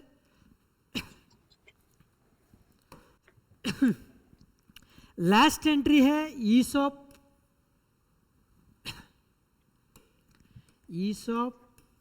Outstanding account debit to general reserve. कितना था? 20,000। सर 20,000 कैसे आया था? आप नोट में फिर से डाल दीजिए, नोट में फिर से डाल दीजिए 20,000 कैसे आ गया। थर्ड ईयर का कैसे लॉस है देख लो। 1,1200 ऑप्शंस इंटू 150 माइनस 50, 1,20,000 होगा, ठीक है? माइनस 1,40,000 माइनस ब्रैकेट में लिख दो 1,00,000 प्लस 40,000। इधर देख लो कैलकुलेशन अच्छे से, इधर देख लो मैं कैसे कर रहा हूं। 1,200 options into 150 minus 50, this is the total loss, ठीक है? ये टोटल लॉस है। माइनस अभी तक कितना पी एंड एल में ट्रांसफर किया? 1,00,000 plus 40,000. The balance will be 20,000. समझ गए? कैलकुलेशन अच्छे से देख लो. Ideally this should be the loss for the 2 years 1,20,000, but आपने ऑलरेडी P&L में 1,40,000 बेच दिया. अभी मैं P&L से ले सकता हूँ वो जो 20,000 है, लेकिन लास्ट ईयर का P&L तुम अभी डेबिट नहीं करना है. तुम अभी P&L क्रेडिट करोगे तो करंट ईयर P&L इंपैक्ट होगा. समझ गए? लास्ट ईयर P&L थोड़ी इंपैक्ट होगा, तो इसलिए P&L अकाउंट में क्रेडिट नहीं कर रहा हूं. समझ गया? सर आपने क्यों P&L क्रेडिट कर रहा है? आइडियली एक्सपेंस अकाउंट में गया था ना पैसा. एक्सपेंस अकाउंट का पैसा बाद में किस में गया? P&L में गया, क्योंकि वो नॉमिनल अकाउंट है. नॉमिनल अकाउंट एक्सपेंस अकाउंट तो नॉमिनल अकाउंट ना, वो P&L में चले गया अल्टीमेटली, तो एक्सपेंस अकाउंट नलिफाई हो गया. अभी बैलेंस P&L में है, मैं P&L अकाउंट क्रेडिट करूंगा. P&L अकाउंट क्रेडिट करने से करंट ईयर P&L इंपैक्ट होगा, लास्ट ईयर का नहीं होगा. तो लास्ट ईयर का पैसा कहाँ है सर? बोल दीजिए मुझे, उस अकाउंट को मैं क्रेडिट करता हूँ. जो लास्ट ईयर का पैसा हमेशा P&L में नहीं रहेगा, जनरल रिजर्व में चले जाएगा पैसा. तो इसलिए तुम जनरल रिजर्व में क्रेडिट करो. डेबिट किसको करोगी? ईसॉप. अभी देखो ईसॉप फर्स्ट ईयर में क्रेडिट हुआ है 1 लाख, सेकेंड ईयर में क्रेडिट हुआ है. अच्छे से देखो, ईसॉप अकाउंट में इधर ड्राफ्ट कर रहा हूं.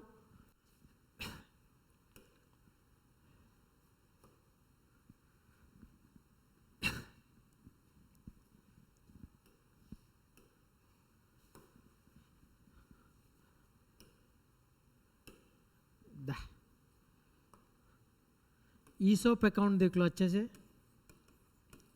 ESOP outstanding account basically, expense account नहीं है. एक्सपेंस अकाउंट आप लोग फर्स्ट ईयर में P&L में ट्रांसफर कर दिया. अभी बचा कौन सा है? ईसॉप आउटस्टैंडिंग बैलेंस शीट में. आपने फर्स्ट ईयर देख लो, फर्स्ट ईयर 31 मार्च 2020 ना, क्रेडिट में कितना बैलेंस पड़ा हुआ? 1 लाख. सेकेंड ईयर में देखो 40,000. समझ गया? जब एक्चुअल सब्सक्राइब किया 1200 ऑप्शंस, आपने एंट्री पास किया, तब क्या डेबिट किया? ईसॉप डेबिट किया. ईसॉप पहला एंट्री में क्रेडिट किया था, यस और नो? पहला एंट्री में कितना क्रेडिट किया था? Bank account debit to ESOP करके कितना क्रेडिट किया? 60,000. तो थर्ड ईयर नहीं, 31 जून ना, 30 जून ना, अच्छा 38 जून है. 30 जून 2021 ना. हाँ, कितना है? 60,000 क्रेडिट किया bank account debit to ESOP बोल के. फिर नेक्स्ट एंट्री में डेबिट कितना किया था? 1,80,000 डेबिट किया है. समझ गया? अभी इधर देखो, अकाउंट देखो, 1 लाख प्लस 40 प्लस 60 कितना हुआ? 2 लाख. 2 लाख हो गया. ठीक है, इधर डेबिट कितना हुआ है? 1,80,000. आपने लास्ट एंट्री जनरल रिजर्व में ठेल दिया, पैसा कितना था? 20,000 है. ये कब ट्रांसफर करेगा? 31 मार्च 2022 में ट्रांसफर करेगा. समझ गया? कितना था? 20,000.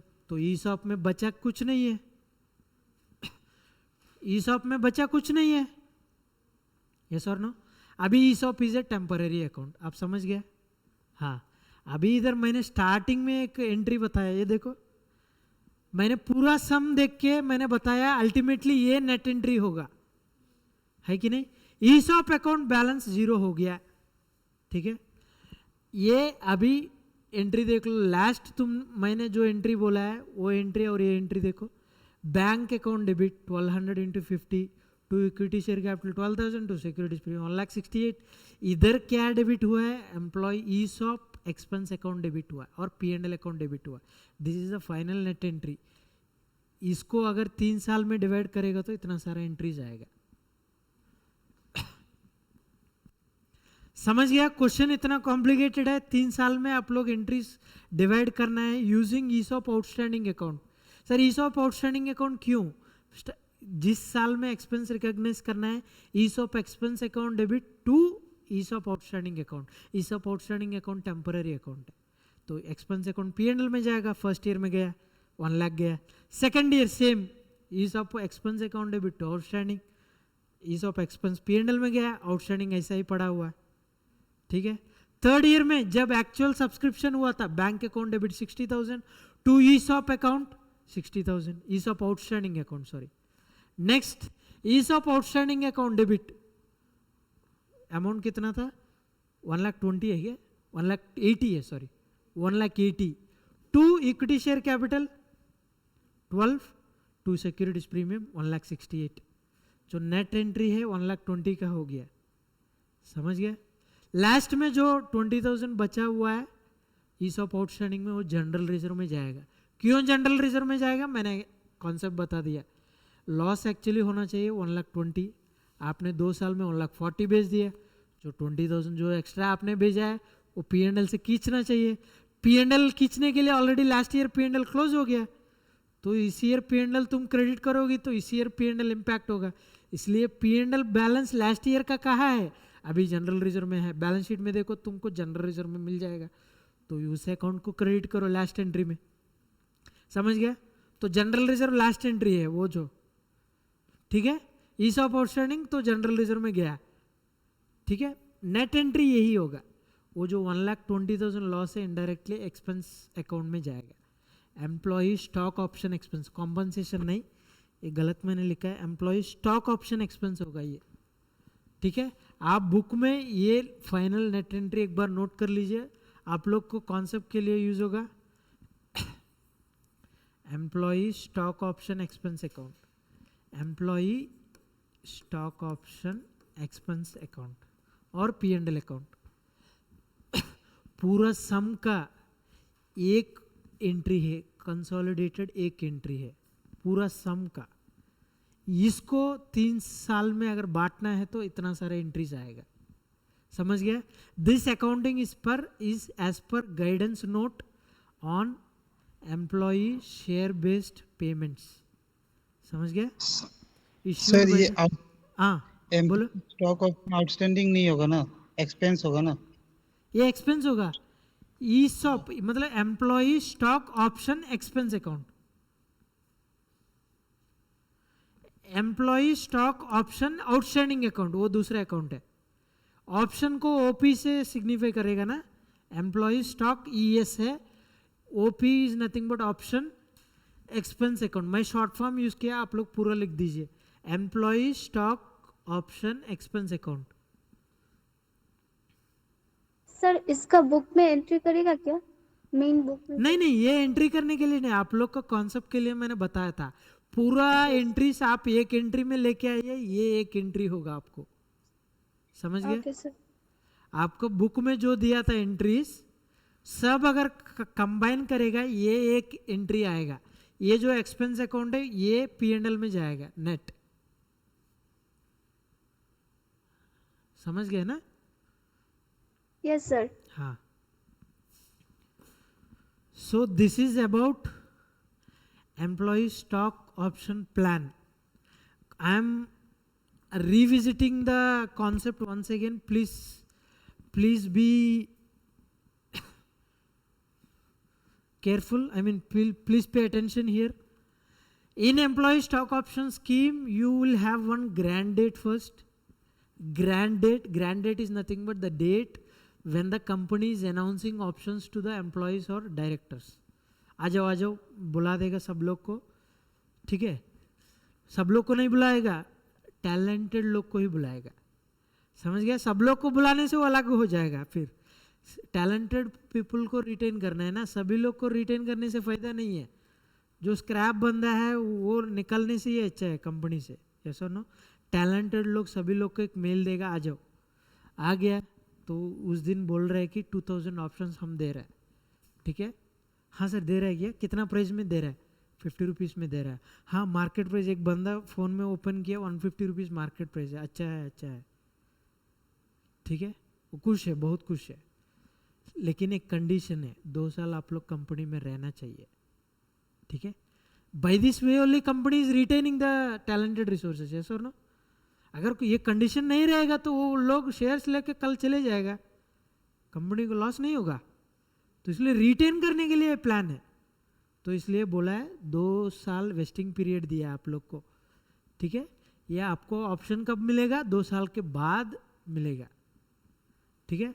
अभी मार्केट प्राइस है 150, बाद फ्यूचर में कितना हो सकता है पता नहीं, 200 भी हो सकता है, 300 भी हो सकता है, समझ गया।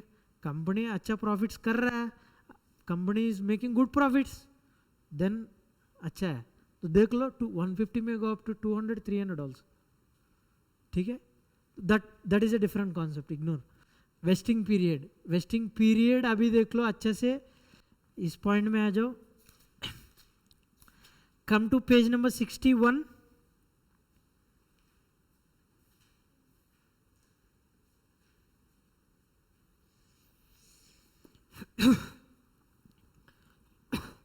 ऑप्शन पढ़ो एक बार, पढ़ लीजिए। Option, what is an option?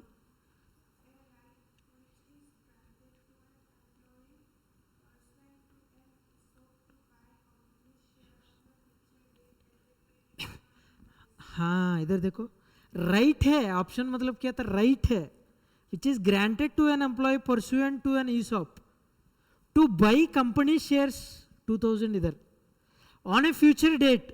Future date कब है, 1 अप्रैल 2021, इधर देखो, on a future date at a pre determined price. Price कितना था, 50 रुपीज, समझ गया। This is called option. Next, grant.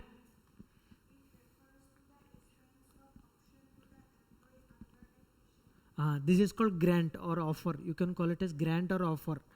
Next, vesting.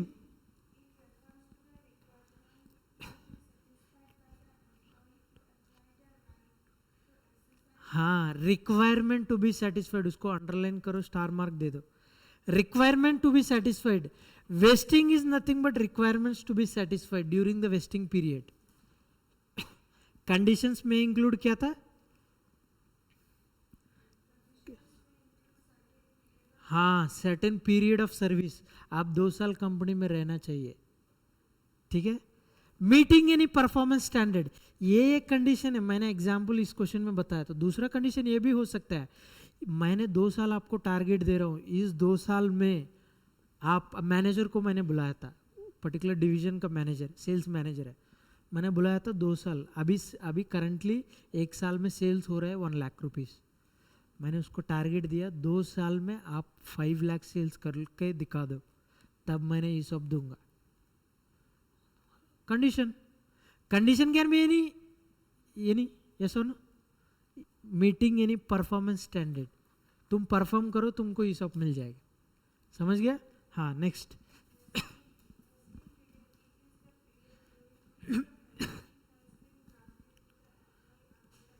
हाँ, it is the period during which the vesting has been granted, मतलब period during which the condition has to be satisfied और requirements has to be satisfied, समझ गया। हाँ, next exercise. इधर देखो, subscribe कब कर सकता है, आफ्टर द वेस्टिंग पीरियड, ठीक है। Next, exercise period. हाँ, exercise the time period which in with the options can be exercise, but कहीं पे भी बुक में लिखा नहीं, ये एक्सरसाइज पीरियड हमेशा वेस्टिंग पीरियड के बाद आएगा, इसलिए ये पॉइंट आप क्लियरली लिख दीजिए बगल में। Exercise period will start from the end of vesting period. Exercise period उसका बगल में लिख दो, शेल बी एक्सरसाइज का बगल में, exercise period will always start from the end of vesting period.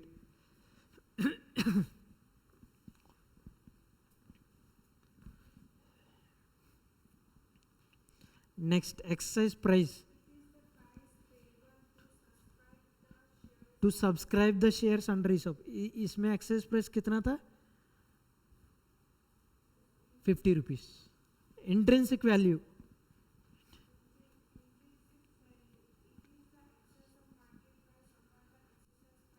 इस एग्जाम्पल में कितना होगा इंट्रिंसिक वैल्यू, 100 रुपीज है। मैंने जो लॉस बोला था आपको, that is nothing but intrinsic value, technical term में, समझ गया, इंट्रिंसिक वैल्यू, ठीक है। इंट्रिंसिक वैल्यू बोलते हैं, मतलब लॉस है कंपनी का, ठीक है। हाँ, इधर एक चार्ट दिया था ईसॉप प्रोसेस फ्लो, एक बार अच्छे से देख लो। ऑप्शन ग्रांटेड, इधर all conditions are met, all conditions of vesting are met, ठीक है। तब आगे जाओ, all options are fully vested, ठीक है। Options are exercised, vesting period cross कर दिया, एक्सरसाइज पीरियड में एक्सरसाइज करना है क्या, मैंडेटरी नहीं है।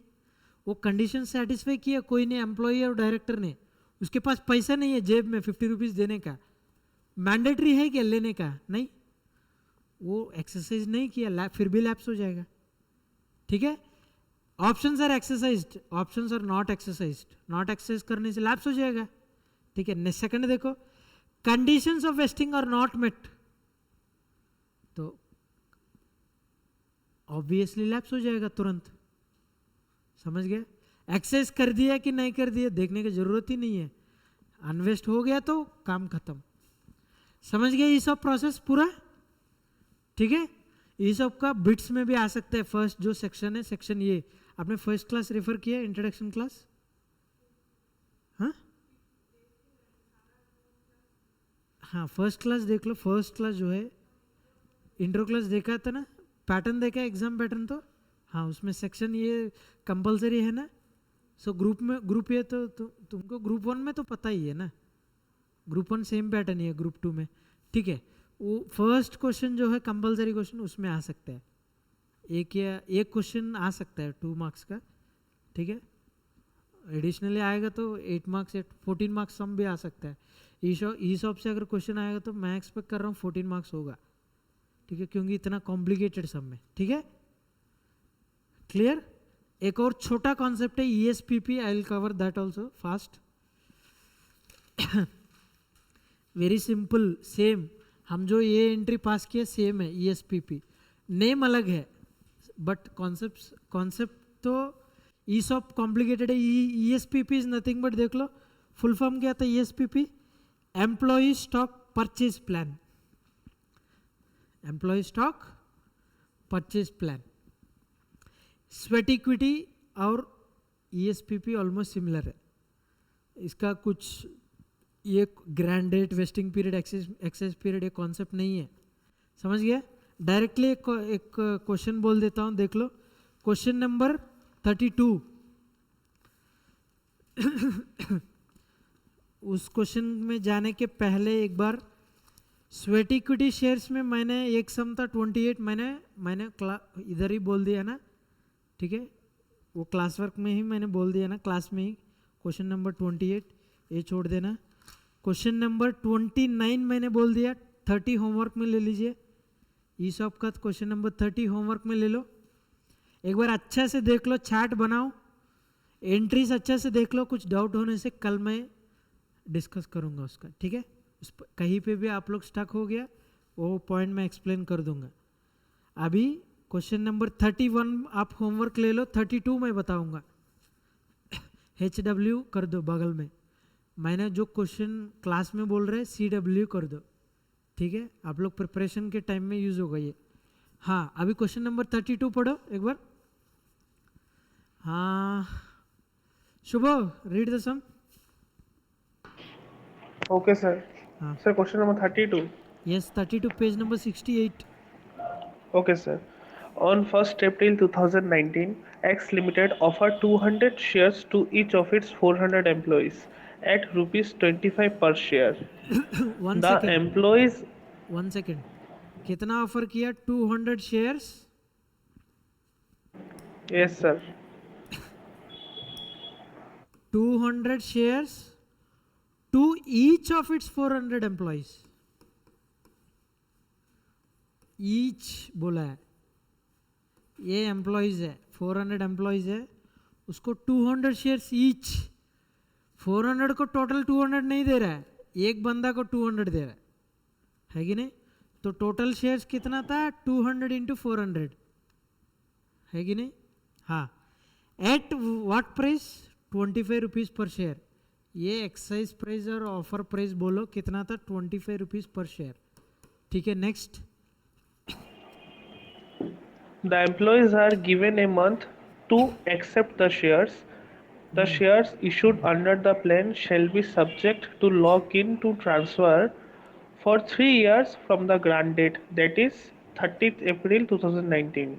हाँ, The market price नहीं of the नहीं, एक shares मिनट of एक the मिनट, वो एम्प्लॉयज़ को कंपनी 1 मंथ टाइम दे रहा है सब्सक्राइब करने के लिए। ठीक है, the shares issued under the plan shall be subject to lock in transfer for 3 years। इसका मतलब है किसी को बेच नहीं सकते 3 साल तक, इसको बोलते हैं लॉक इन पीरियड। इसको क्या बोलता है, lock in period. Lock in period is nothing but you cannot sell the shares in the secondary market और स्टॉक मार्केट, और इन द प्राइमरी मार्केट तो नहीं होगा, सेकेंडरी मार्केट में तुम शेयर्स को बेच ही नहीं सकते हो। ठीक है, next. the market price of the share of the company on the grant date is rupees 30. हाँ Due to post-vesting restrictions on transfer, the fair value of shares issued under the plan is estimated at rupees 28 per share. हाँ, बोल दो इधर market price 2 दे दिया, market price एक 30 दे दिया, एक 28 दे दिया, कौन सा लेना है। Market price of the shares on the grant date is ₹30 due to post vesting restrictions on transfer. मतलब एक कंडीशन रखा है कंपनी ने, लॉक इन पीरियड 3 साल है बोल के, इसलिए उस कंडीशन की वजह से ये ₹28 में गिर गया प्राइस, शेयर प्राइस। ठीक है, तो ₹28 होगा। ठीक है, तो नेक्स्ट आगे बढ़ो, मैं समझा देता हूँ। Up to 30th April 2019, हाँ 50% of the employees accepted the offer and paid rupees 25 per share purchased. हाँ, Nominal 50%। value of each share 1 second, is rupees 1 second, 50% of the employees accepted the offer, मतलब कितना लोग accept किया है, 200 लोग। 200 people accept किया है, तो इसमें से 200 एम्प्लॉइज एक्सेप्टेड। ठीक है, हाँ नेक्स्ट। नॉमिनल वैल्यू कितना, face value Nominal value of each share is rupees 10. 10। हाँ Record the issues of share in the books of the company under the aforesaid plan. हाँ, इस क्वेश्चन आप लोग ईसॉप से कंफ्यूज नहीं होना है, क्योंकि इसमें एक्साइज पीरियड, वेस्टिंग पीरियड बोल के कुछ वर्ड्स नहीं है, समझ गया। स्वेट इक्विटी का भी वर्ड नहीं है, तब आप लोग समझना है ईएसपीपी बोल के। ईएसपीपी क्यों बोल रहा है, एम्प्लॉयज को ऑफर कर रहा है इसलिए। समझ गया क्वेश्चन को कैसे आइडेंटिफाई करना है, ईएसपीपी से क्वेश्चन आया बोल के, समझ गया। ठीक है, अभी बताओ, फेस वैल्यू ₹10 का, एक्सेस प्राइस है ₹25 का, मार्केट प्राइस हम लेना है ₹28। क्यों सर, ये एक्चुअली फ्यूचर में मार्केट प्राइस, मतलब हमको पता है कि मार्केट प्राइस ₹28 होने वाला है, आज तो 30 है, लेकिन ये कंडीशन हम लॉक इन पीरियड रखा है 3 साल बोल के, ये मार्केट प्राइस फ्यूचर में 28 होगा बोल के पता है, तो इसलिए ₹28 लेना है। अगर उस डेट में पता नहीं है तब तुम 30 ही ले लो, समझ गया। सर 30 लेना है, 28 लेना है, ये डिफरेंस मैं बता रहा हूँ। सर ये डिफरेंस क्यों समझना है, बिकॉज ये तो डिफरेंस सिक्योरिटीज प्रीमियम में कितना जाएगा पैसा, सिक्योरिटीज प्रीमियम में सर 18 रुपए जाएगा। 18 रुपये जाएगा, वेरी गुड, 18 रुपये जाएगा। तुम बोल रहे है इसलिए तो, क्योंकि तुम ₹28 लिया, अगर ₹30 लेगा तो कितना जाएगा, 20 रुपीज। ₹20 जाएगा, समझ गया। तो इसलिए मार्केट प्राइस कौन सा लेना है वो इंपॉर्टेंट पॉइंट है। ठीक है, एंट्री क्या होगा in the books of Excel Limited, entry देख लो, मैं इधर डायरेक्टली लिख दे रहा हूँ, एंट्री देख लो। बैंक अकाउंट डेबिट, पैसा कितना आ रहा था फर्स्ट, एक्सेस प्राइस ₹25 ना, 25। अभी शेयर्स कितना है तुम फाइंड आउट करना है। 400 एम्प्लॉयज को दिया था, लेकिन एक्सेप्ट किया 200 एम्प्लॉयज ही है, 200 एम्प्लॉइज इंटू 200 शेयर्स, टोटल कितना होगा? 40,000 शेयर्स होगा, ठीक है। 40,000 shares into 40,000 shares into access price कितना था? 25। तो फर्स्ट अमाउंट कितना होगा? 10 lakhs होगा। मैं तुरंत 2 इक्विटी शेयर कैपिटल कर लेता हूं। 40,000 शेयर्स इंटू फेस वैल्यू कितना था? 10 रुपीज, तो कितना होगा ये? 4 lakhs होगा, ठीक है। 2 सिक्योरिटीज प्रीमियम तुरंत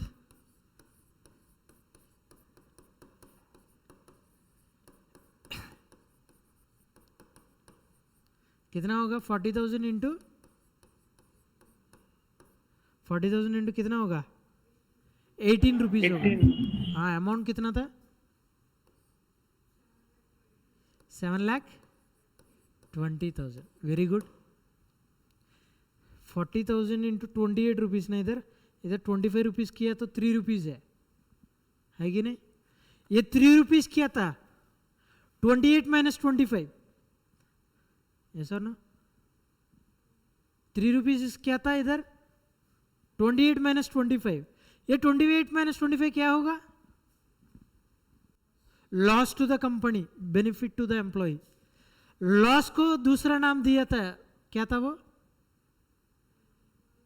नहीं लॉस, हाँ कॉम्पेंसेशन। कॉम्पनसेशन बोल सकते हैं, लेकिन हम टर्मिनोलॉजी पढ़ा था ना उसको, उसमें क्या लिखा है? Intrinsic value. Very good, intrinsic value, very good Kashyap. Intrinsic value 3 rupees is intrinsic value, nothing but loss. वो loss 3 rupees employee compensation expense, ESOP नहीं, ईसॉप एक्सपेंस नहीं, employee compensation expense. You are spending this 3 rupees for the benefit of employee, so employee compensation expense, employee compensation expense account।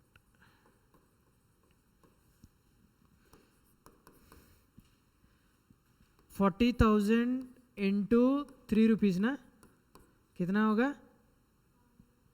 1,20,000 होगा। Entry clear है? ESOP में क्या account debit करना है, ईएसपीपी में क्या अकाउंट डेबिट करना है, that is the only difference. आप लोग प्लान कौन सा कॉन्सेप्ट से आया था, इसलिए अच्छा से आप लोग रिकॉग्नाइज करना है क्वेश्चन से। बोलो।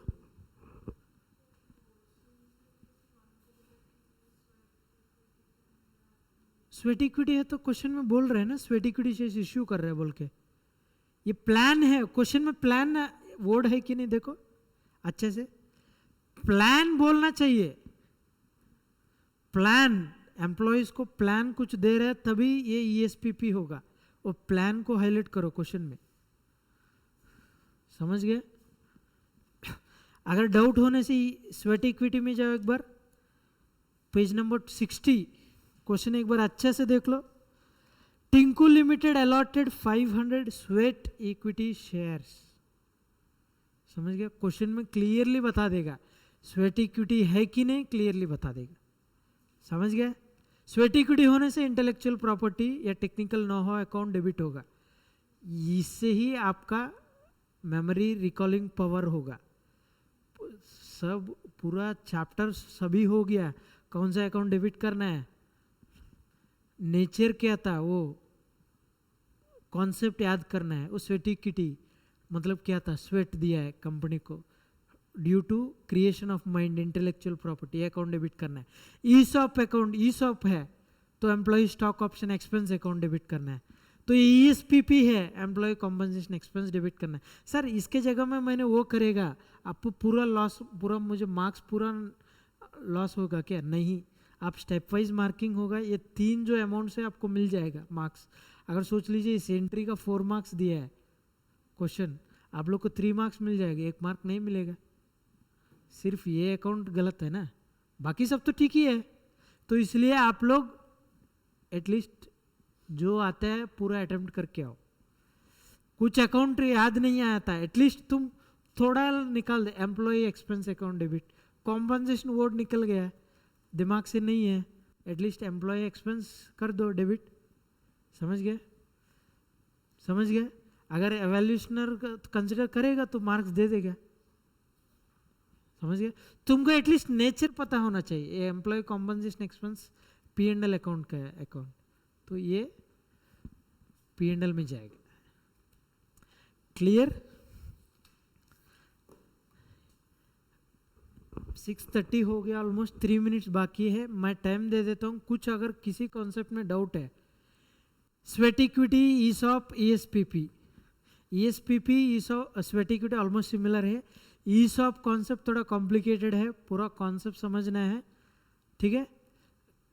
ये तीनों कॉन्सेप्ट में कुछ डाउट होने से आप शूट आउट कीजिए, मैं आंसर कर लेता हूँ। I take the queries. पहले क्लासेस का भी कुछ डाउट्स है तो भी पूछ सकता है।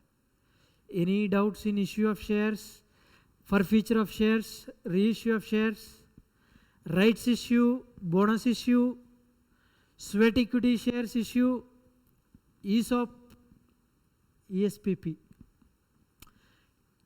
इस बार इस बैच में मैं फुल फ्लेजली ले रहा हूँ सभी कॉन्सेप्ट्स, ठीक है? Due to time constraint earlier I could not take, because I had to take group 1 also, group 2 also at the same time, so earlier I could not take full fledgedly.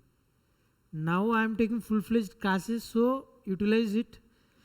Go home and practice the sums. If you have any doubts in any of the sum, try to raise it so that I can explain or clarify your doubt conceptually in the class itself. Once the classes are done, I will not be available. You have to prepare on your own, referring the classes only. You have to revisit the classes, recorded classes. Okay? You may not find time at that time. I mean at that particular point of time. Okay? So try to do all the sums now itself and raise the question. Okay? I'll take one or two extra classes and I'll try to close your doubts also.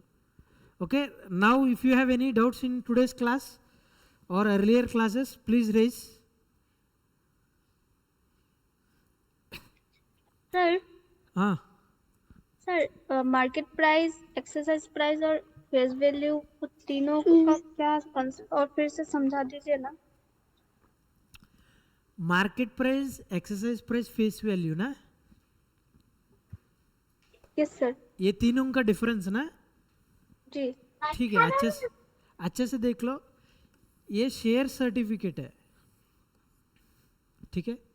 इधर अच्छे से देख लो, share certificate एक देता है, जब company issue करेगा shares, वो अगर पैसा रिसीव कर लेगा शेयर होल्डर से, एग्जाम्पल इश्यू प्राइस है 12 रुपीज़, एक्साइज प्राइस अलग है, इश्यू प्राइस अलग है। इश्यू प्राइस है जब प्राइमरी मार्केट में जब देता है, पहली बार कंपनी इश्यू कर रहा है, सेकंड टाइम इश्यू कर रहा है, FPO बोलते हैं, initial public offer, further on public offer, ये दोनों में जनरली इश्यू प्राइस बोलते हैं, लेकिन इसमें एक्सरसाइज प्राइस बोल रहा है। एक्सरसाइज प्राइस, एक्सरसाइज प्राइस क्या था उसको पहले समझने के लिए पहले फेस वैल्यू समझ लो। फेस वैल्यू और nominal value of A share. Nominal value क्या होता है? एक शेयर सर्टिफिकेट दिया जाता है, ये उसका नाम रहेगा, शेयर होल्डर का नाम, शेयर होल्डर का नाम, इसमें शेयर का वैल्यू लिखा रहेगा 10 रुपीज़ बोल के।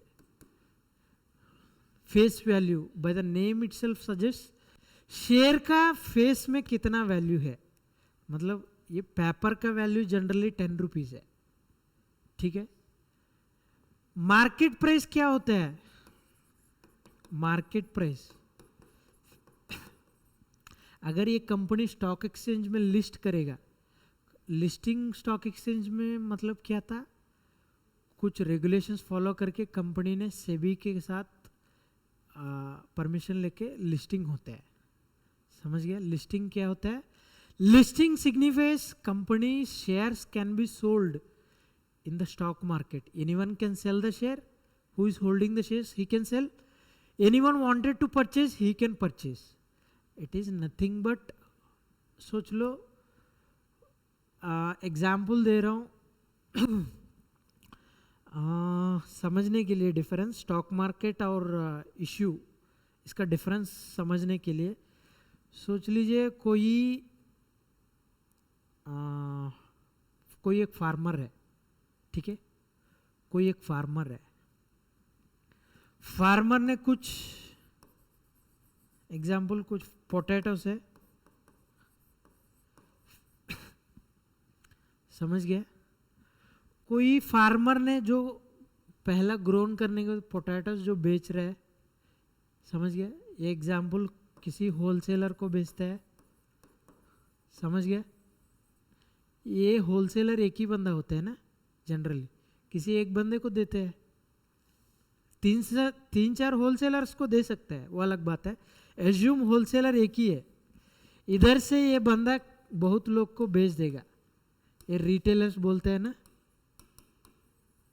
समझ गया, समझ गया, हाँ, ये रिटेलर से फिर कंज्यूमर्स खरीद लेगा, समझ गए, बाद में बहुत सारे कंज्यूमर्स आएगा, समझ गए, इधर ये पोटैटो से एक कंपनी सोच लो, फार्मर इज ए कंपनी सोचो,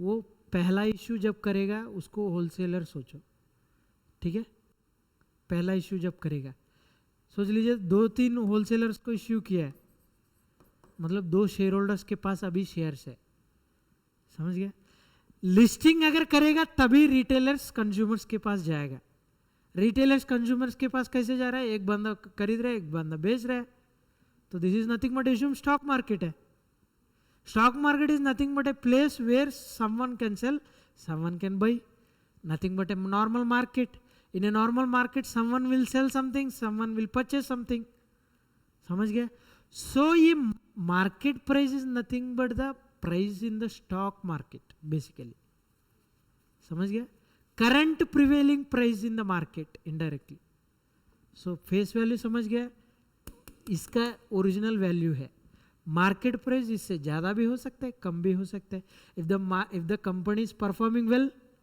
देन कंपनी का प्राइस मार्केट प्राइस ज़्यादा होगा, if the company is not performing well it is making losses then share price 10 rupees है, it may go up to 2 rupees also, हमेशा ज़्यादा ही होगा नहीं बोल सकते, share price can be anything, can be either way, third वाला क्या बोला है, मार्केट प्राइस एक्सरसाइज प्राइस, अभी मार्केट प्राइस है सोच लो 150 rupees, in the same example company offer कर रहा है 50 रुपीज़ में, उसको बोलते हैं exercise price, you can exercise your right at this price, समझ गए, इसलिए इसको एक्सरसाइज प्राइस बोलते हैं, अंडरस्टूड, क्वेश्चन कौन रेज किया था मैंने भूल गया,